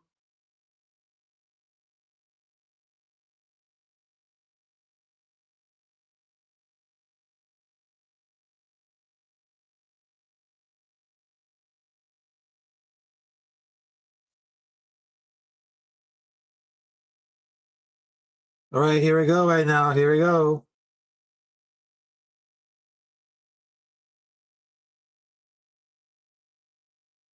I mean, man, it happens a lot. Oh, there he goes. There he goes right now. There he goes.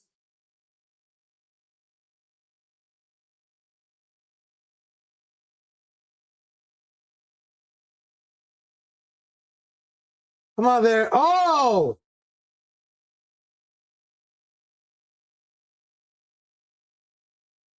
They get into it right now. Come on.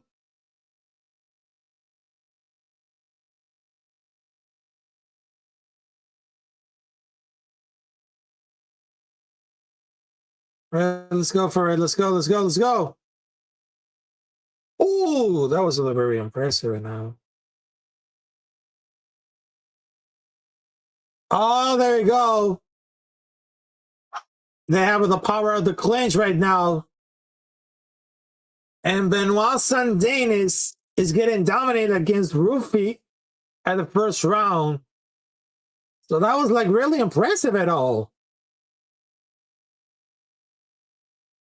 Oh, snap. I think he's got it for the pocket. He's getting out for the pocket right now. Mauricio Rufy is getting stuck, but he's getting out for the submission. I think he's getting out for the submission. Oh, there you go.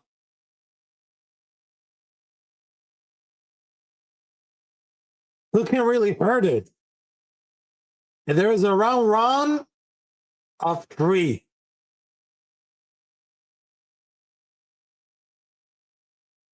Oh my God! Now that was very impressive with a takedown right now. Oh my goodness! Now that was up. That was up right now. That was up.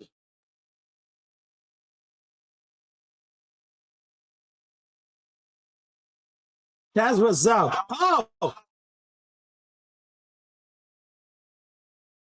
Oh no, he's gonna do it. He's gonna do it. Oh my God, he's getting dominated by the submission. And Mauricio Rufy is in trouble.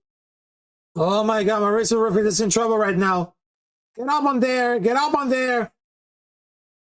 Get up on there. Oh, oh. Oh no, here it goes. Here comes Benoit Sandines, the god of war, getting a lot of pressure against Mauricio Rufy.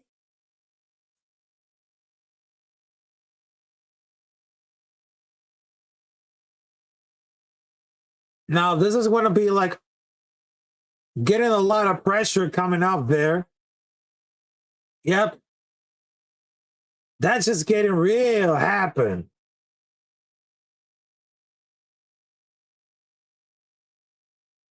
And the people are just still got to crowd it. Yeah, there is a timeout. Oh, that clinch was really nasty. Yep, that was really nasty. And I don't think that Mauricio Rufy can handle the situation. Yep. Wasn't like really sure.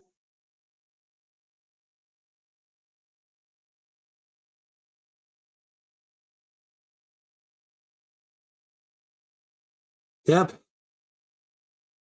It's always happened. Always happened for a while.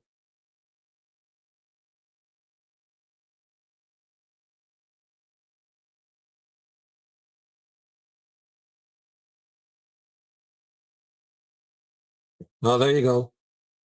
There you go for another fight coming up there. There's 40 seconds to finish the first round. Let's see what it got. Oh, there we go, Benoit Sandines.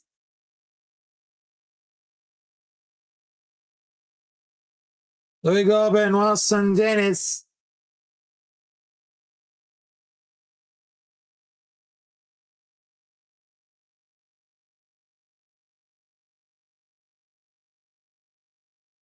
How are they gonna make it happen? Oh, there it goes for another clinch power. All right, there's 10 seconds left. 9, 8, 7, 6, 5, 4, 3, 2, 1, and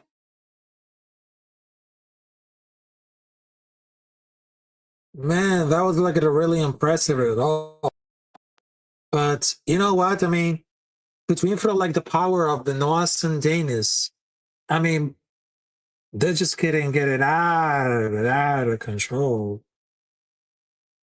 Yep.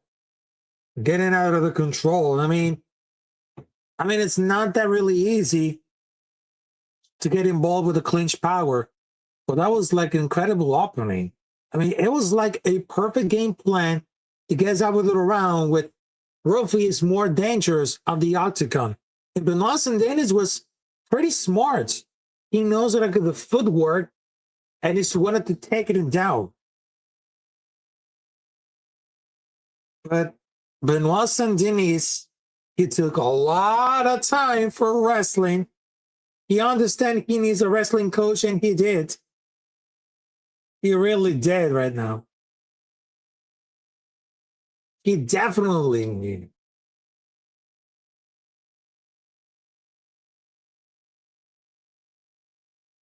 All right, here it goes. Second round of 3. Let's hear it for the bet right now. Well, I hope so.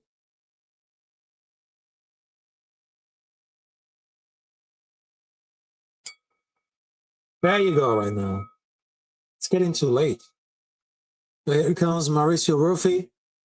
Now this is getting a lot of trouble. Oh, here it goes for like the flying knee. And now here comes Benoit Sandines. Once again. Oh, this is going to get a cover of what the power of the clinch right now. Oh, this is getting him up for like the submission. All excited to say that, but Benoit Sandines he was really improved his wrestling style, and I love it. Definitely love it. He was like a really expert for the Grunt Storm, but definitely it happened. Ooh, okay, not bad. Not bad at all.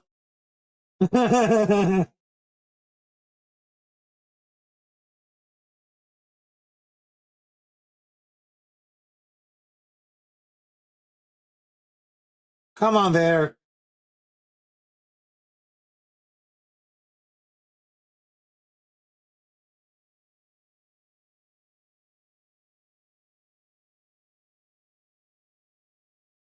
Ooh, who's it gonna be?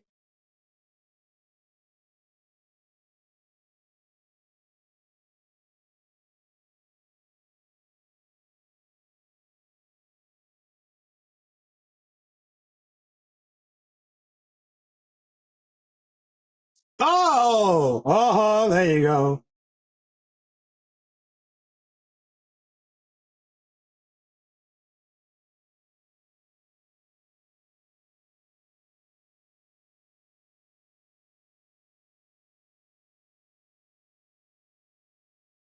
There goes Benoit Saint Denis.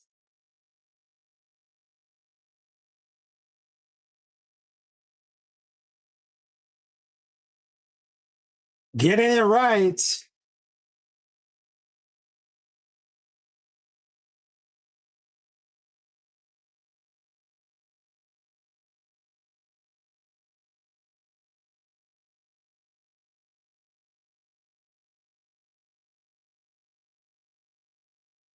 Come on there, let's make it happen. And oh, he tapped.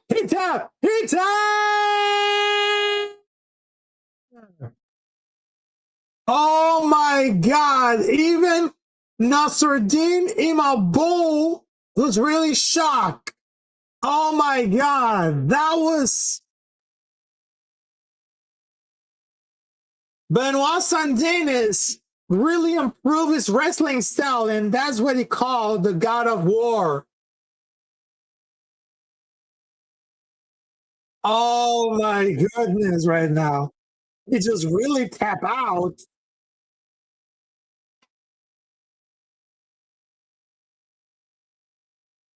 Wow.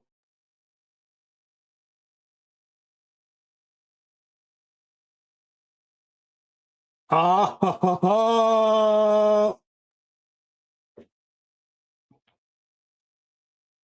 let's see for the replay right now. Yeah, and Mauricio Ruffi could handle the wrestling style of Benoit Saint Denis. And he's definitely got it in the pocket. He's definitely got it in the pocket. And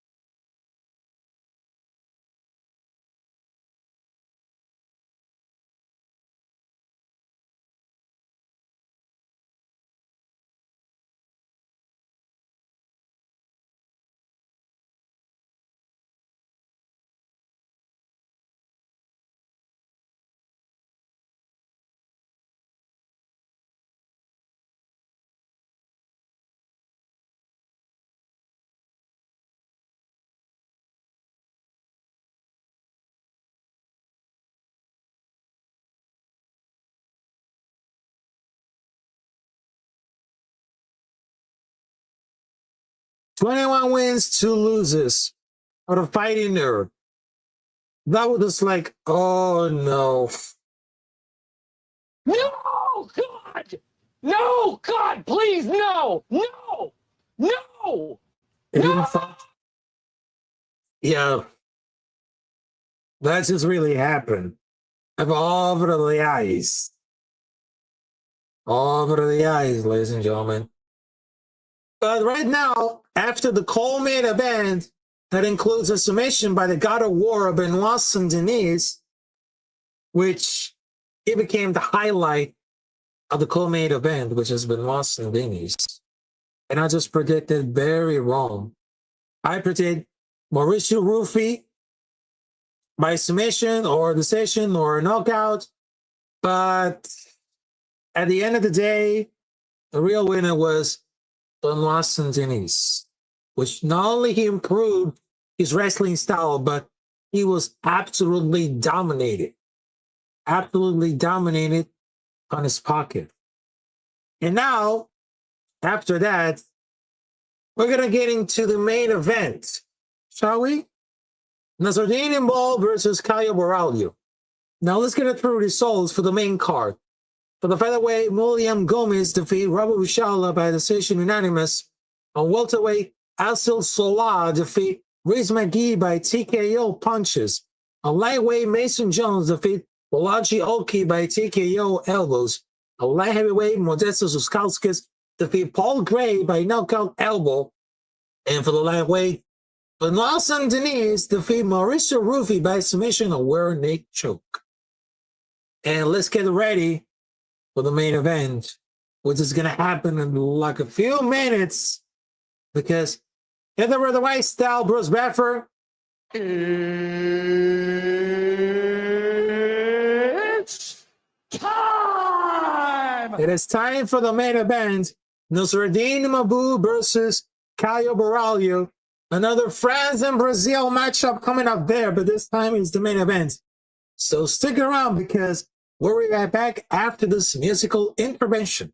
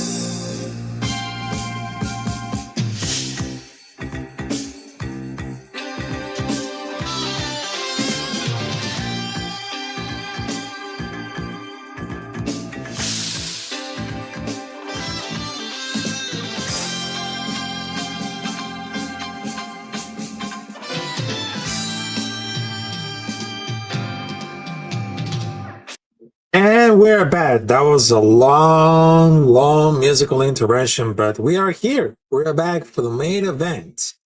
Nassourdine Imavov versus Caio Borralho. Now, let's try with some interesting facts about Nassourdine Imavov. Because Nassourdine Imavov, he was born in Dagestan, Russia, but his nationality is French, as known as the Sniper. And his division, because he went for light heavyweight from 2023 to middleweight again from 2019 to the present. And of course, his old division, which is the welterweight from 2016 to 2019. And he was training for the MMA Factory and the Benham training camp. And of course, his record is 16 wins, 4 losses, 7 by knockout, 4 by submission, 5 by decision. And his last fight was the performance of the night against Israel Adesanya on February 2025 on Riyadh, Saudi Arabia. Fight Night Adesanya versus Imavov. And for Caio Borralho, he was born in São Luís Maranhão, Brazil, as known as The Natural. It is team for the fighting nerds, black belt in Brazilian Jiu-Jitsu, black belt in Muay Thai, brown belt in Judo. His record is 17 wins and 1 lose. And his last fight was decision unanimous, was his UFC on ESPN Cannonier versus Borralho, Las Vegas, Nevada, represent the UFC Apex. Yep, it's about to get down right now. Borralho versus Nassourdine Imavov, Brazil versus France, and part of the Dagestan, Russia. Yeah, just to make sure. Just to make sure about this, ladies and gentlemen. Just to make sure. All right, so ladies and gentlemen, getting right now, Bruce Beffer. It's time!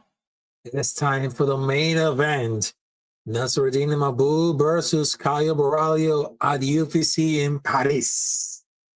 Paris, France, which is the last year was the Olympic Games at Paris, France, which is very, very excited to see all the athletes from different countries in football, well, in soccer, basketball, baseball, I think. But of course, they got athleticism, swimming, and of course, skateboarding, extreme sports. And right now, here it goes. Nassourdine Imavov.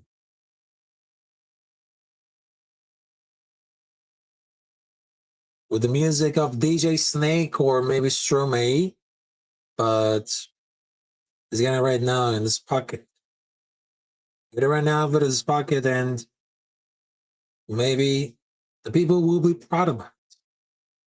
People will be proud of it. So let's see if we'll look at it.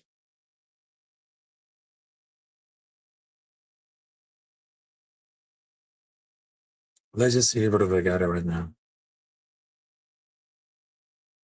They got the sunglasses versus the actual glasses. So this is like the perfect draw. Yeah, there was like the perfect draw with Caio Borralho, but yeah, it totally happens right now. Totally make it.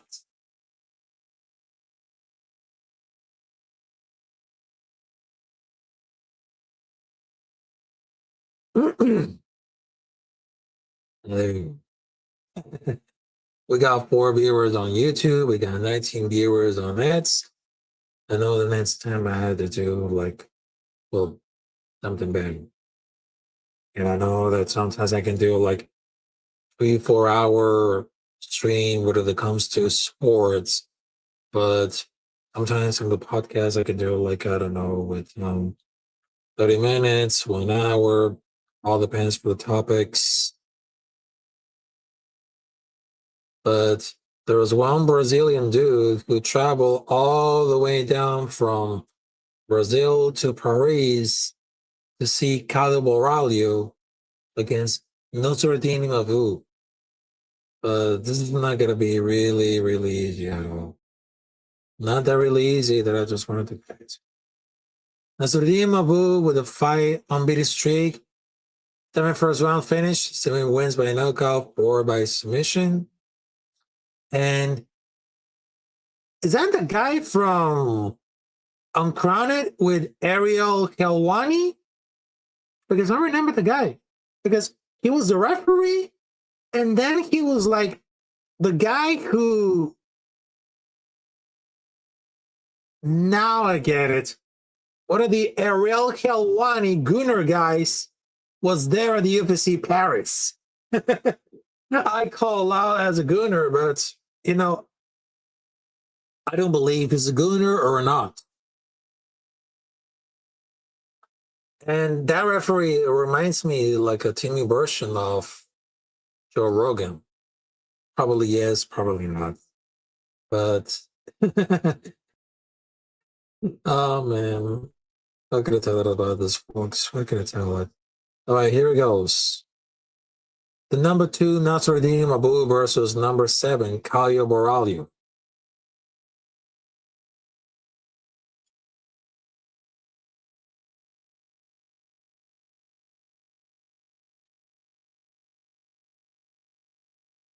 Yep, it is gonna happen.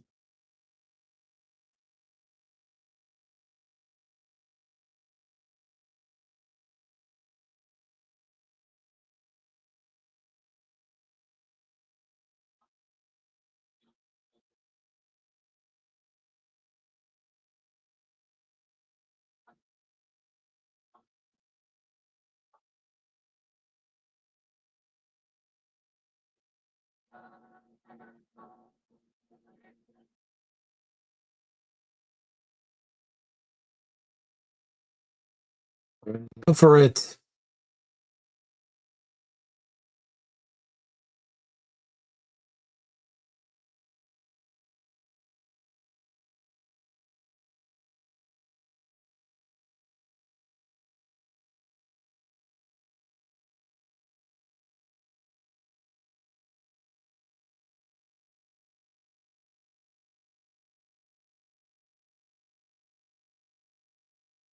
Oh, so there's Maguire, the referee. I know that Nassourdine Imavov is getting ready to hit the octagon against Caio Borralho. Now, this is going to be it, ladies and gentlemen.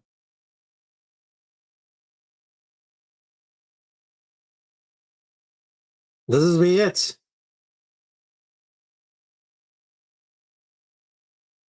This is be it, right, ladies and gentlemen. First round of 5. Let's do it.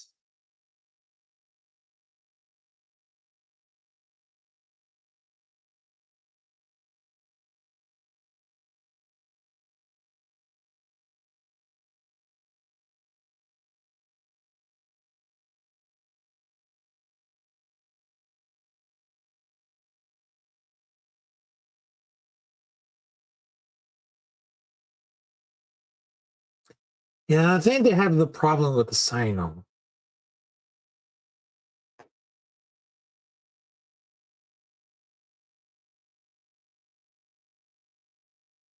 It's just getting like really weird, but who knows why?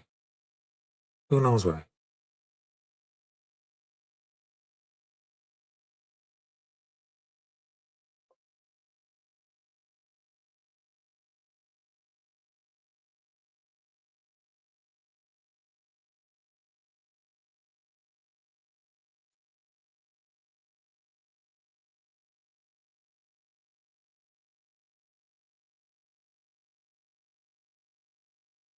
Now that is kind of like a delay.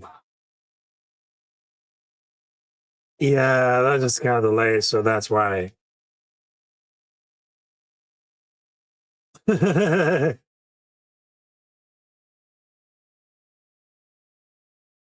So that's why that I just got really delayed.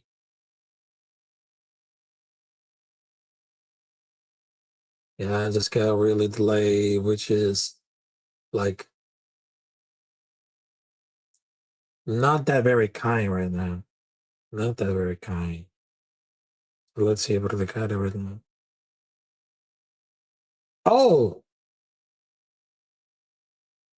oh man, that was like nothing really impressive at all.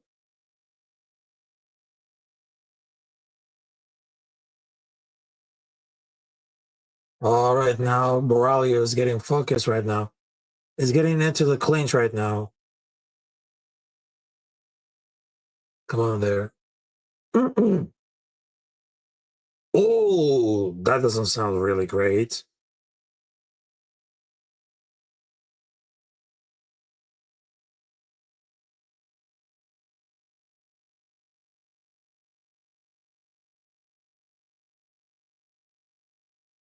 Oh, there you go. Leg kicks everywhere. Leg kicks and everything. Well, I don't know. It's gonna get really concentrated.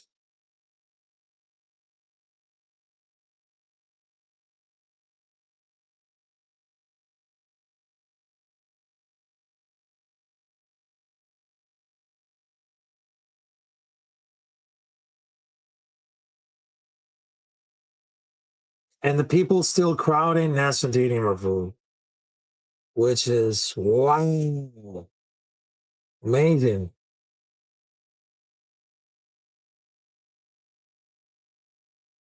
Oh, there he goes right now.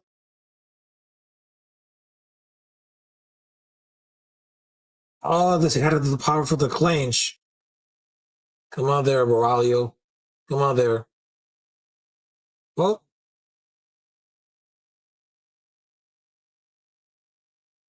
Come on there, Borralho. Come on there.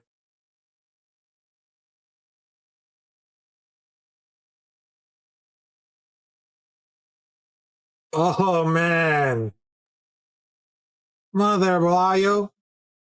Just make it sure right. Make it sure right. Make it sure.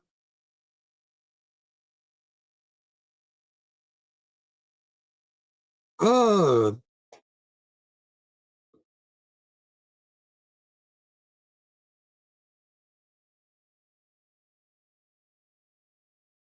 If they want to stand right here, make it real happen.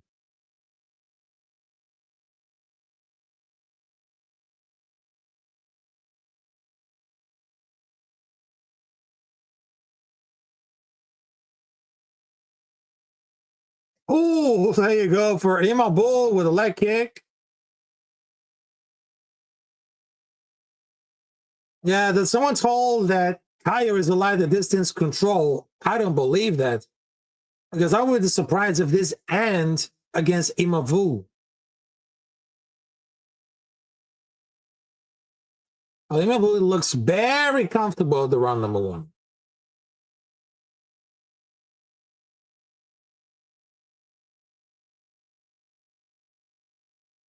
I mean, he's using those fangs. And Borralho reacting like it a few times, which is kind of very enough.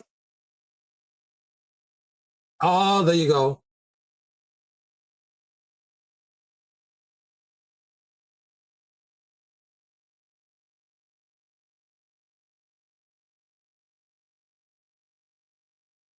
Oh, snap.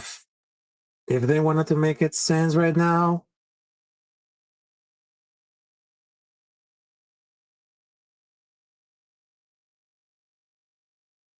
if this wanted to go to the distance, Borralho could be win at the round number 4 and 5.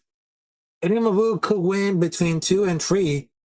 It could be like a racer thing. And banking it like early round, it could be huge. 10 seconds left.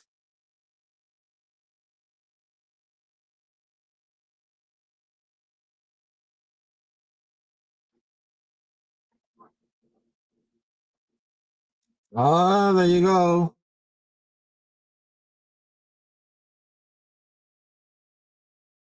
Yep, there you go right now. And they still show up a lot of commercials. But this time it's promoting like La Liga and other soccer teams.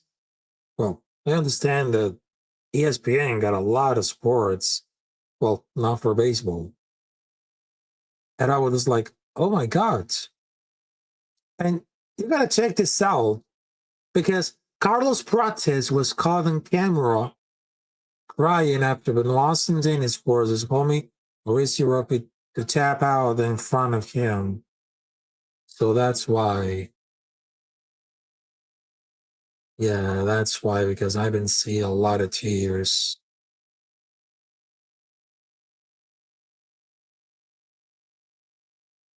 Yep. All right, so here it is. The round number 2. Imavov versus Borralho. Come on there, Caio.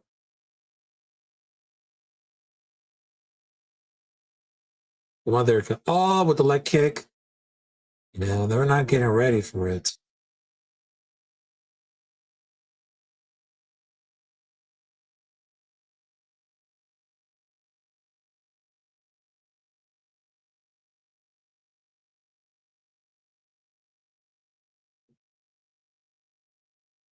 Ooh, this is already getting around for it. Oh, there you go.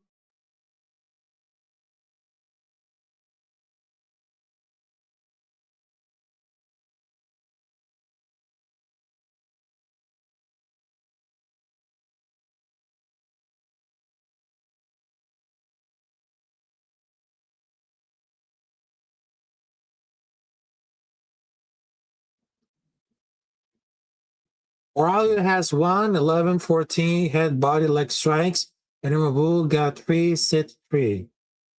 Whoa. It's gonna be like real easy, but they got it.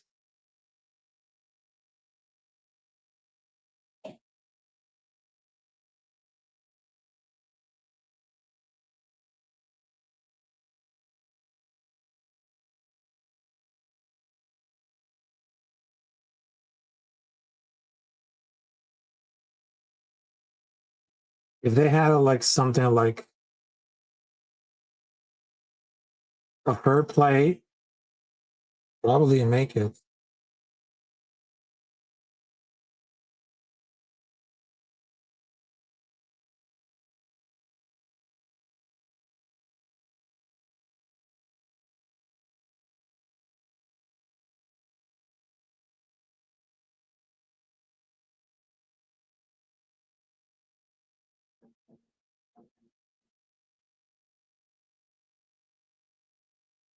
Oh, come on there, Caio, come on there.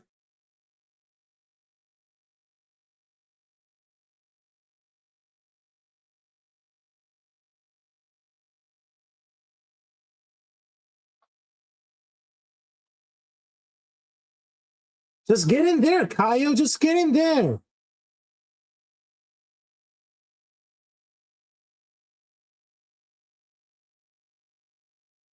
Come on there. There's a round number 2. I mean, there's 2 minutes still left. Come on there, Come on there, Borralho. Just get in there.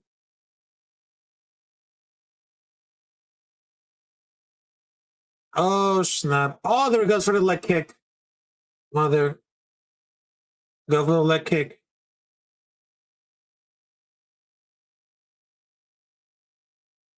Oh, this is not having it. Not having it. Yeah, definitely not having it. Definitely not having it. Just come on. All right, come on there. Just get in there. Come on, Caio. Come on there. Come on there, Caio. Don't embarrass him in front of the country, Brazil. Come on.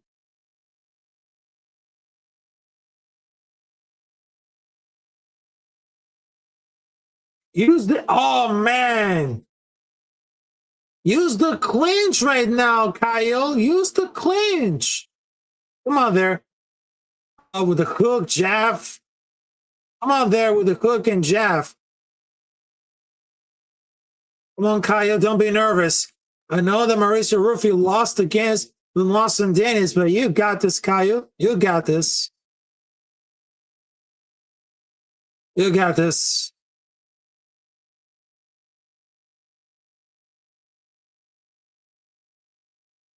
Come on there.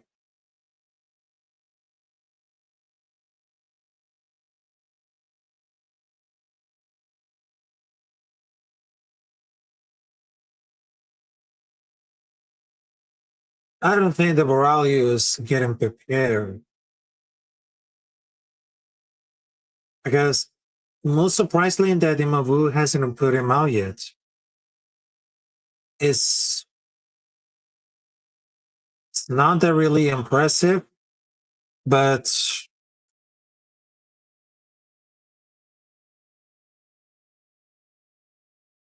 I mean, he was already considered defeat, but I mean, that response for a leg kick was a check by Imo every single time. But it looks very gas. He literally, like, I don't know. Not that really good. And he wasn't slipping about for like immobile strikes. He always standing straight with the arms up, which is like, that's really scary. And Imavov will piecing it off for the later rounds if he continue like this.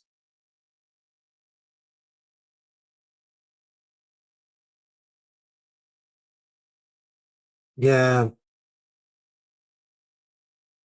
If it doesn't like the same, I mean, if he wants to focus on the fight and not the fits his year, I mean,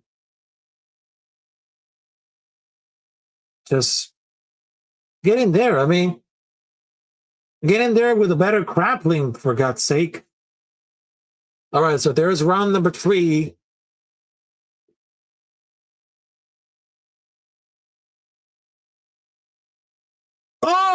Oh my God, there it goes for the Imavov.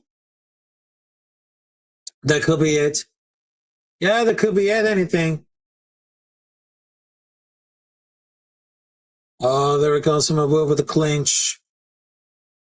I was just trying to escape it. He was like really trying to escape it, but he better needs to improve the grappling. There it goes with Imavov.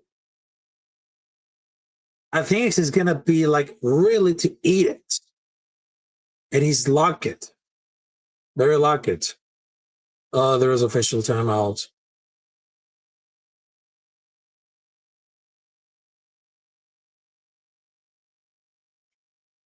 Now, what exactly what they did? I don't know. I don't know.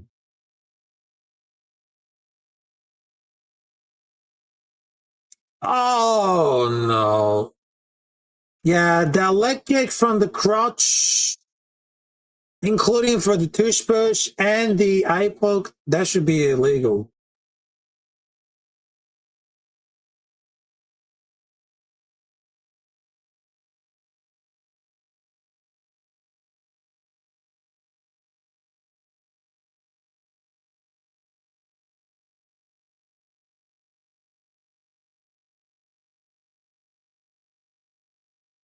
Yeah, this is getting like really weird and strange.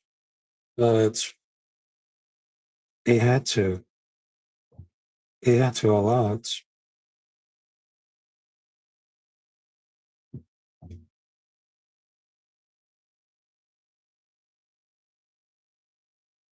They just really left her for the kick right now.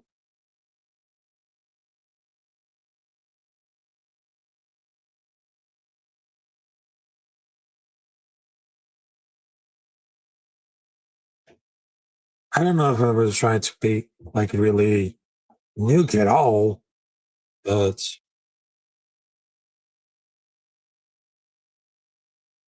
It definitely like really happens a lot.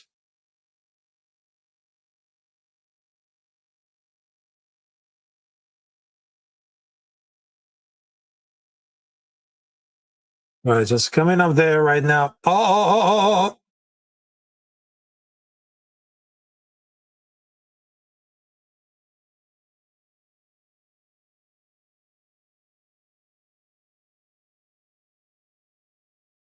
Wow. It seems that Caio Borralho is getting gas right now. Oh, man. Yeah. Imavov got us on this pocket.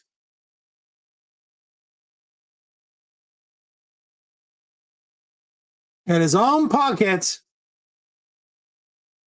If they need to take a point, they might shoot it.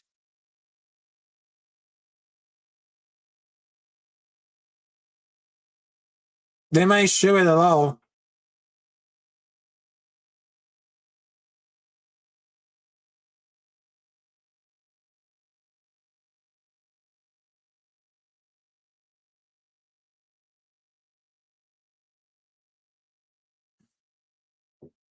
Come on there.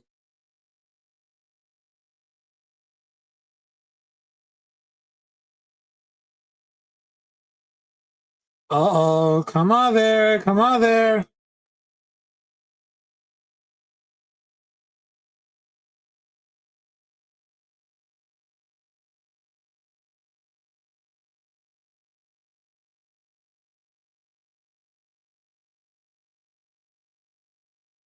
Oh, there's another timeout? What the fuck is happening right now? What the fuck is happening right now?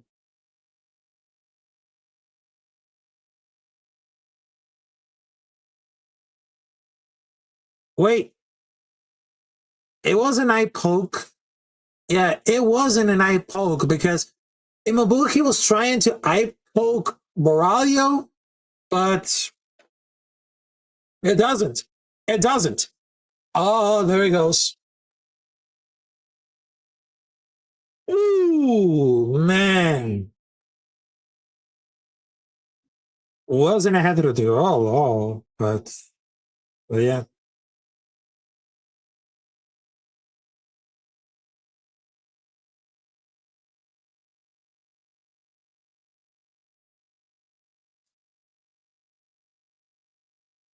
Oh, come on there.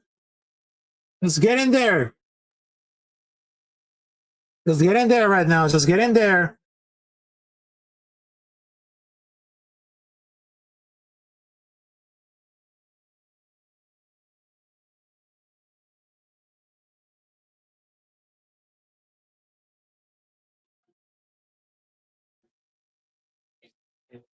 It just really started to getting, I don't know, it just getting started to freak out. I don't know.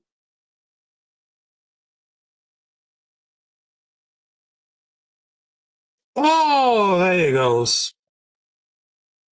Man, there he goes right now. Another leg kick incoming.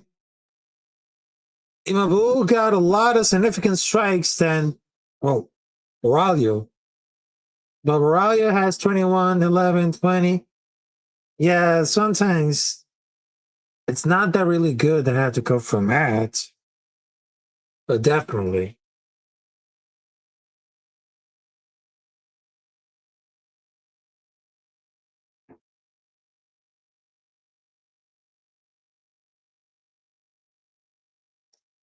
And he was supposedly have the better grappling, and he hasn't tested Imavov there.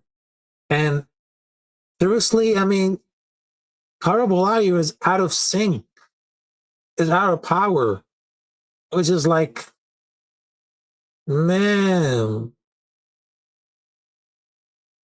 he'll be like everything. But Caio Borralho throws more, but they're not like damaging strikers, and he fights like really passive. But Caio Borralho has no cardio because he was look very gas. And Imavov all only gonna do for like the up top would have done knockout was just like out of the time, but if definitely to really walk off, well, it does. All right, there was round number 4.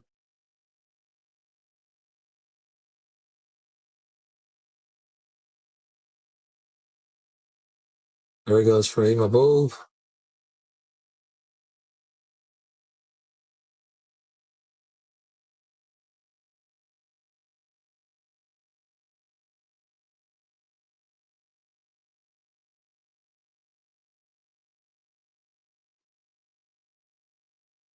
Oh, there, come on.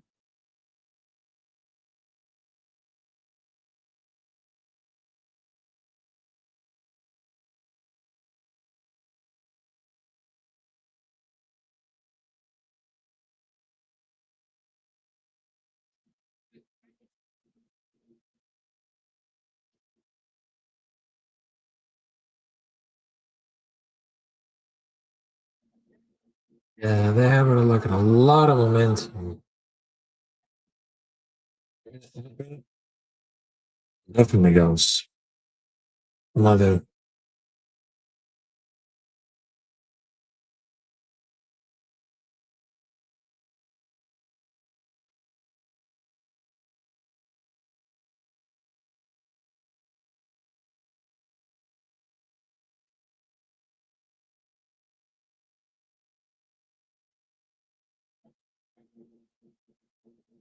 Yeah, pretty much.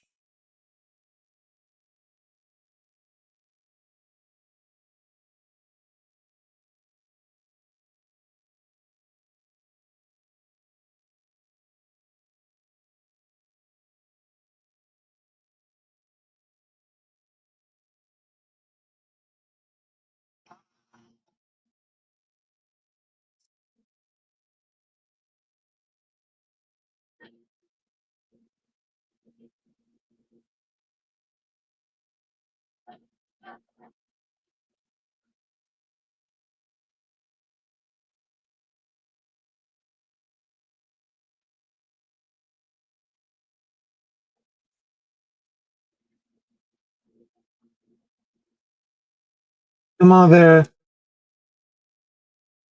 Oh, that was like a missed shot.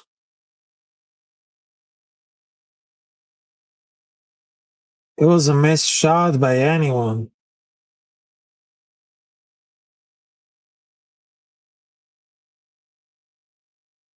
Ooh, now that was gonna be really close. If she got it to everything, I mean, they better not.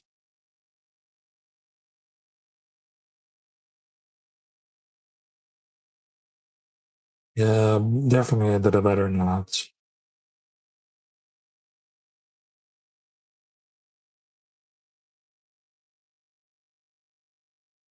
All right, just get in there more.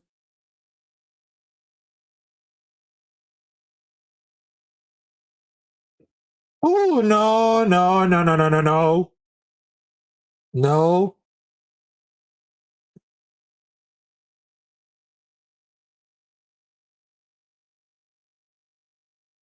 I couldn't believe that it just really happened.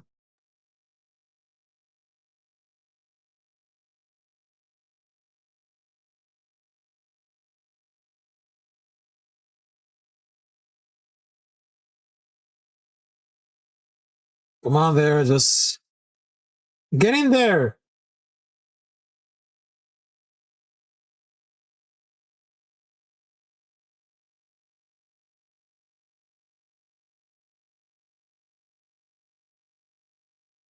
And the people screaming up there, Imavov.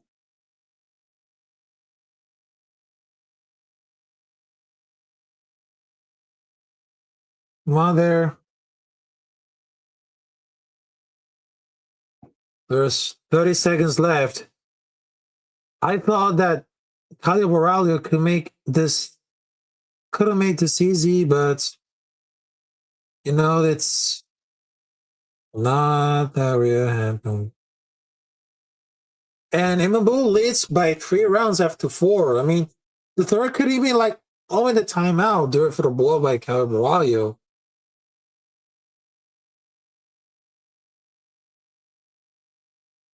And yes, there was a bell, and there it goes for the 5th round, which is the last one.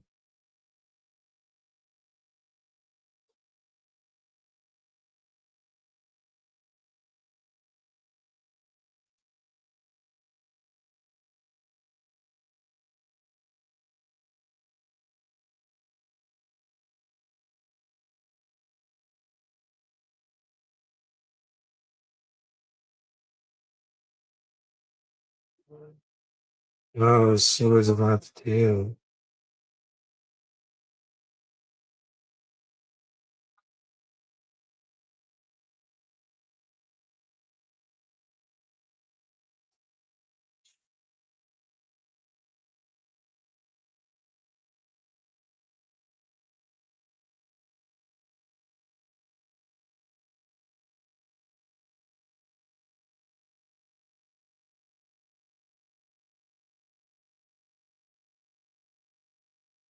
All right, the final round coming up there. I just really hope this is not going to be like immensely boring. Who knows?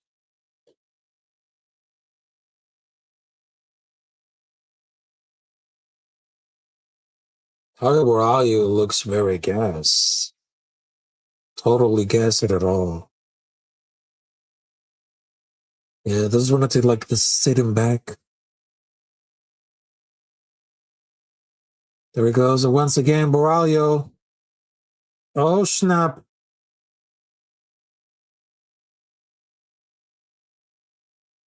Oh, there it goes for like the hook. One of the Raza.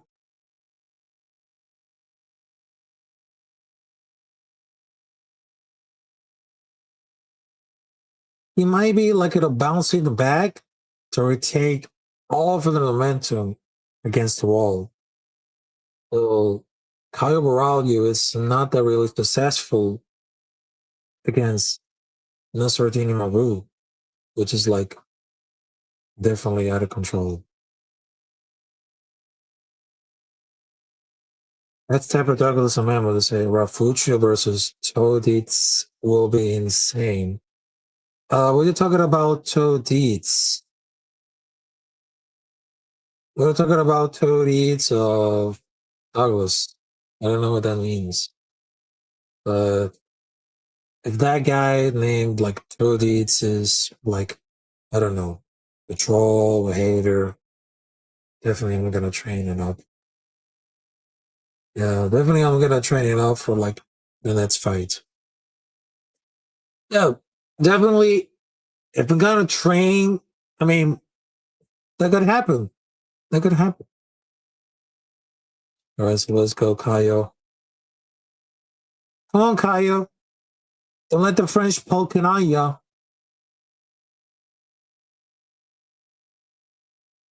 Yeah. Definitely, Caio Borralho is looking very gas. And Imavov is taking all over the control. Yeah, it is taking all over the control, which that makes sense at all.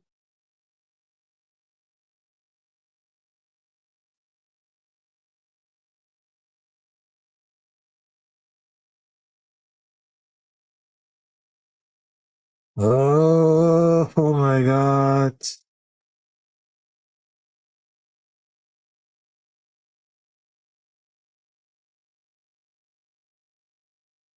Come on there.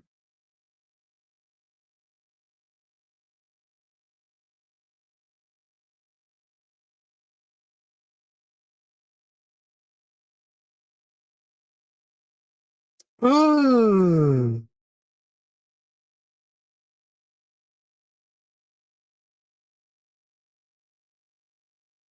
Well, doesn't really look like that. Caio's a liar. No touch his eyes. Yeah, the eye poke should be like really illegal. But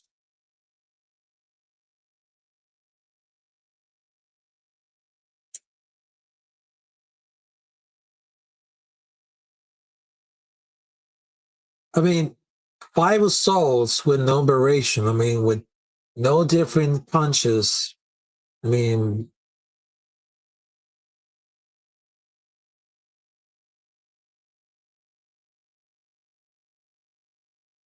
Oh my God. Yeah, that round wasn't that easy to Caio Borralho. At this point, he wasn't to take very seriously.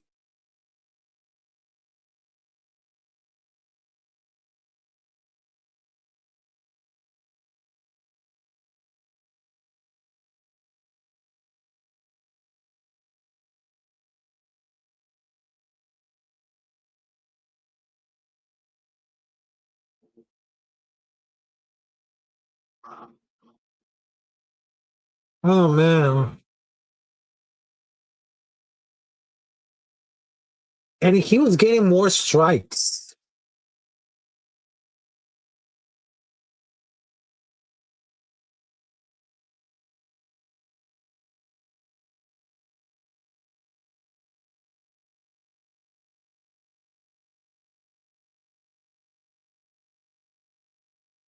I mean, wow.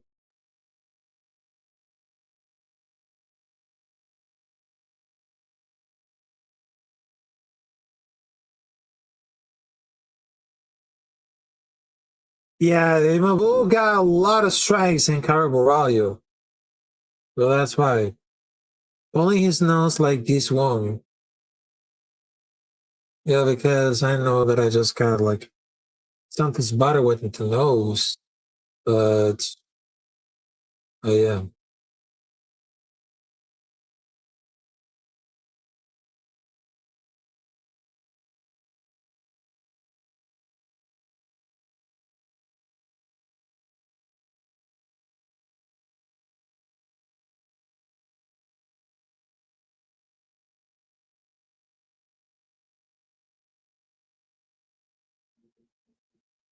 Ten seconds left.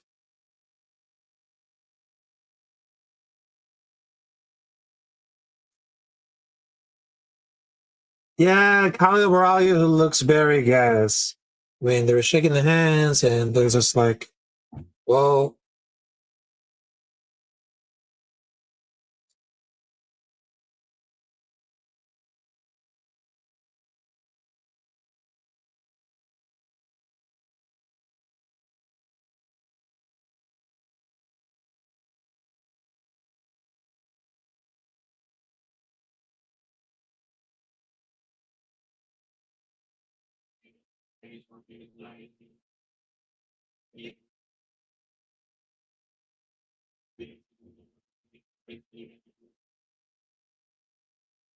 I mean, I'm not gonna tell her about this right now.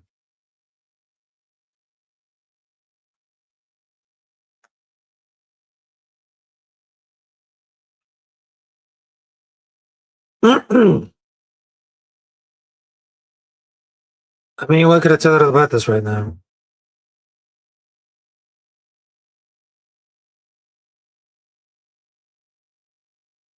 I mean, Nassourdine Imavov, he was like totally perfect with the strikes and of course, like the left and hook jack. But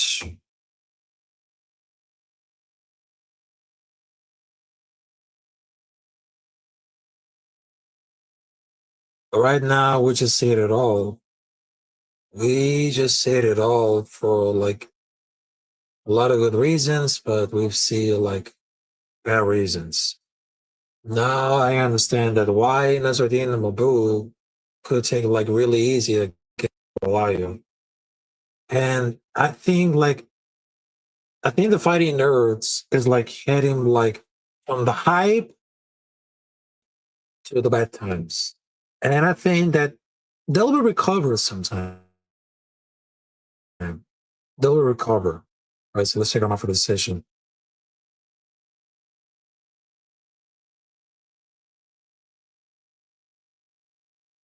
Yeah, there it goes. Nasruddin Imavov just won against Caio Borralho. Yep. You're definitely surprised at all. Definitely. Definitely surprised at all. Yep. Congratulations to Nasruddin Imavov. I thought that, oh, Caio Borralho can make this easy, but oh, what he was trying. That's what who tries to pick Caio Borralho and those boogers. That's disgusting. Never see that angle right now. I never see that anything could happen right now. Oh my god.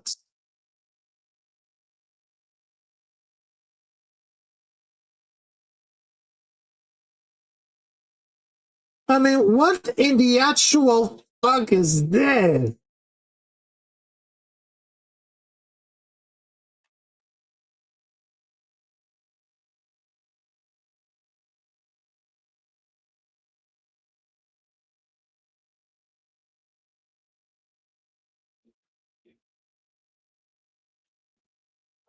That was disgusting right now. I mean, the booger, the eye poke, I mean, that should have been really illegal. But I gave like a lot of credit to see Caio Borralho doing his best. Yep. It was like doing his best, and it's just like, oh, very interesting to talk about it. But it was just like it'll bless him. But I think it's gonna be like a really time to see, I don't know, a fight between Nassourdine Imavov versus Khamzat Chimaev. It could be anything. It could be like a perfect main event for the middleweight championship belt. That should be like really interesting to see that.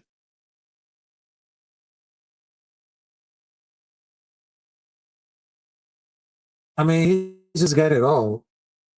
He definitely got it. His pocket, his strike clean.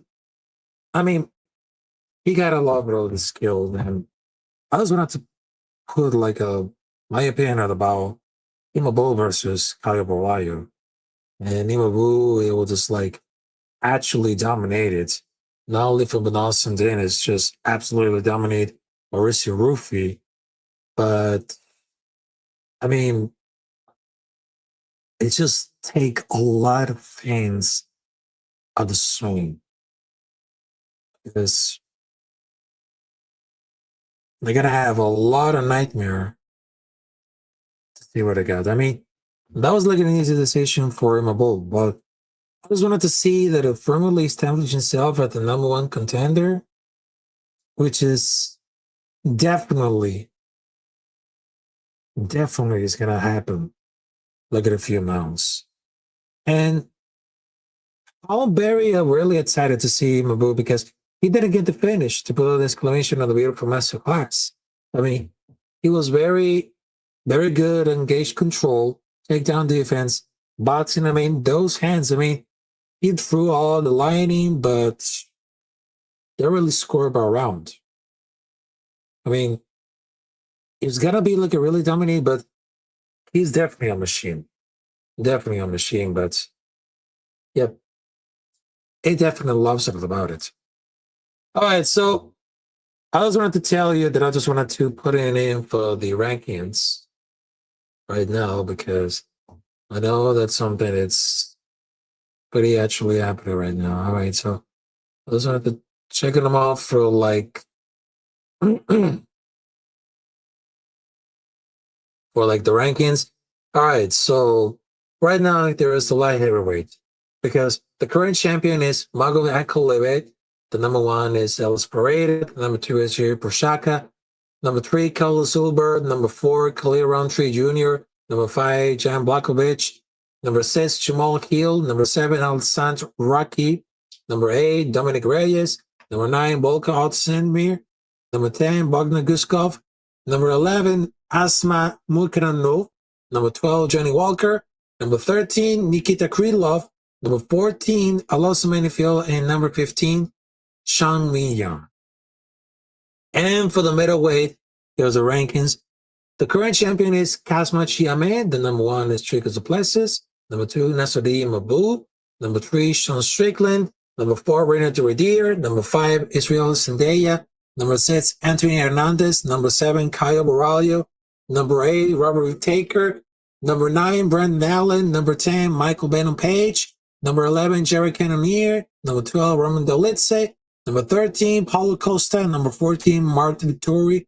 And number 15, Roman Kiplu. Yep. And let's check them out for like the lightweight. Yep. Because for the lightweight, the current champion is Ilo Topuria. And the number 1 is Islam Makhachev. Number 2, Arman Takshiyan. Number 3, Max Holloway. Number 4, Charles Oliveira. Number 5, Justin Gage. Number 6, Dan Hooker. Number 7, Paddy the Pimblett. Number 8, Mascoud Grumwad. Number 9, Benil Derouche. Number 10, Rafael Fizet. Number 11, Renato Moicano. Number 12, Michael Chandler. Number 13, Benoit Dennis. Number 14, Grant Downson. And number 15, Joel Alvarez. So those are the rankings right now. And then I just wanted to recap the fights for the UFC Fight Night in Paris. So there is the main card. For the featherweight, William Gomez defeated Robert Ruscialo by decision unanimous. For welterweight, Aldo Solar defeated Riz McGee by TKO punches. A lightweight, Mason Jones defeated Bolakioki by TKO. A light heavyweight, Modestas Skauskas defeated Paul Gray by knockout elbow. A lightweight, Benoit Denise defeated Mauricio Rubio by submission. And for the middleweight, Nassourdine Imavov defeated Caio Borralho. So this is like the results from the main card of UFC Fight Night in Paris. So the next week is going to be really interesting because they're moving down from France to San Antonio, Texas, at the France Bank Center between Diego Lopez versus John Silva, as known as La Noche UFC, including one of the biggest events, which is Canelo versus Crawford at Las Vegas, the Ultimate Stadium, as the biggest event of the year, of the decade, of the century. It is going to be live on Netflix. Yep, it's going to be live on Netflix. All right, so ladies and gentlemen, it's been a while to do a watch party with you guys. So make sure to subscribe to Capitan Rafucho on YouTube. Also, you can follow me on different social media. Twitter as known as at Capitan Rafucho, on Instagram at Capitan Rafucho 93, on Kick at Capitan Rafucho 93. And if you want to help to support the stream or platform, you can donate by Cash App, Venmo, or PayPal. And there is like another comment to say, hey, MMA hosts call you a creep. So there is the last thing that I just wanted to address around. So I know that I'm not look like a creep, all right? Because I know that I made a lot of mistakes, but I will not back down about like this battle, all right? So I understand that MMA hosts call me a creep, but he doesn't forget what he did. He doesn't forget what he did. And for that moment, I just wanted to tell about, I'm going to step out to the game. I won't get a stood on my business. So MMA hosts, I know you call me a creep, but here's the thing. Go fuck yourself. I'll be doing my own thing. And MMA hosts, I hope you enjoy it because you're going to be loose. You're going to be loose for a long time.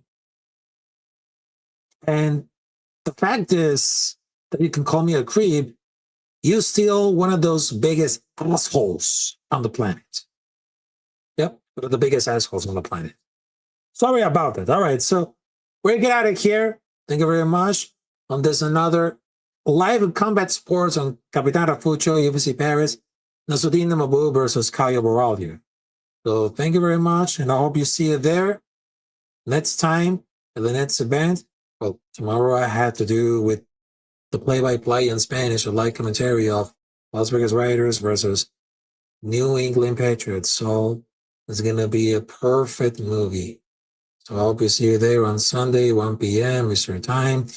Then probably I'm going to do with the review of the Combat Club the UFC on Paris, and the recap of Las Vegas Raiders versus New England Patriots. So thank you very much, and I hope to see you there tomorrow, Sunday.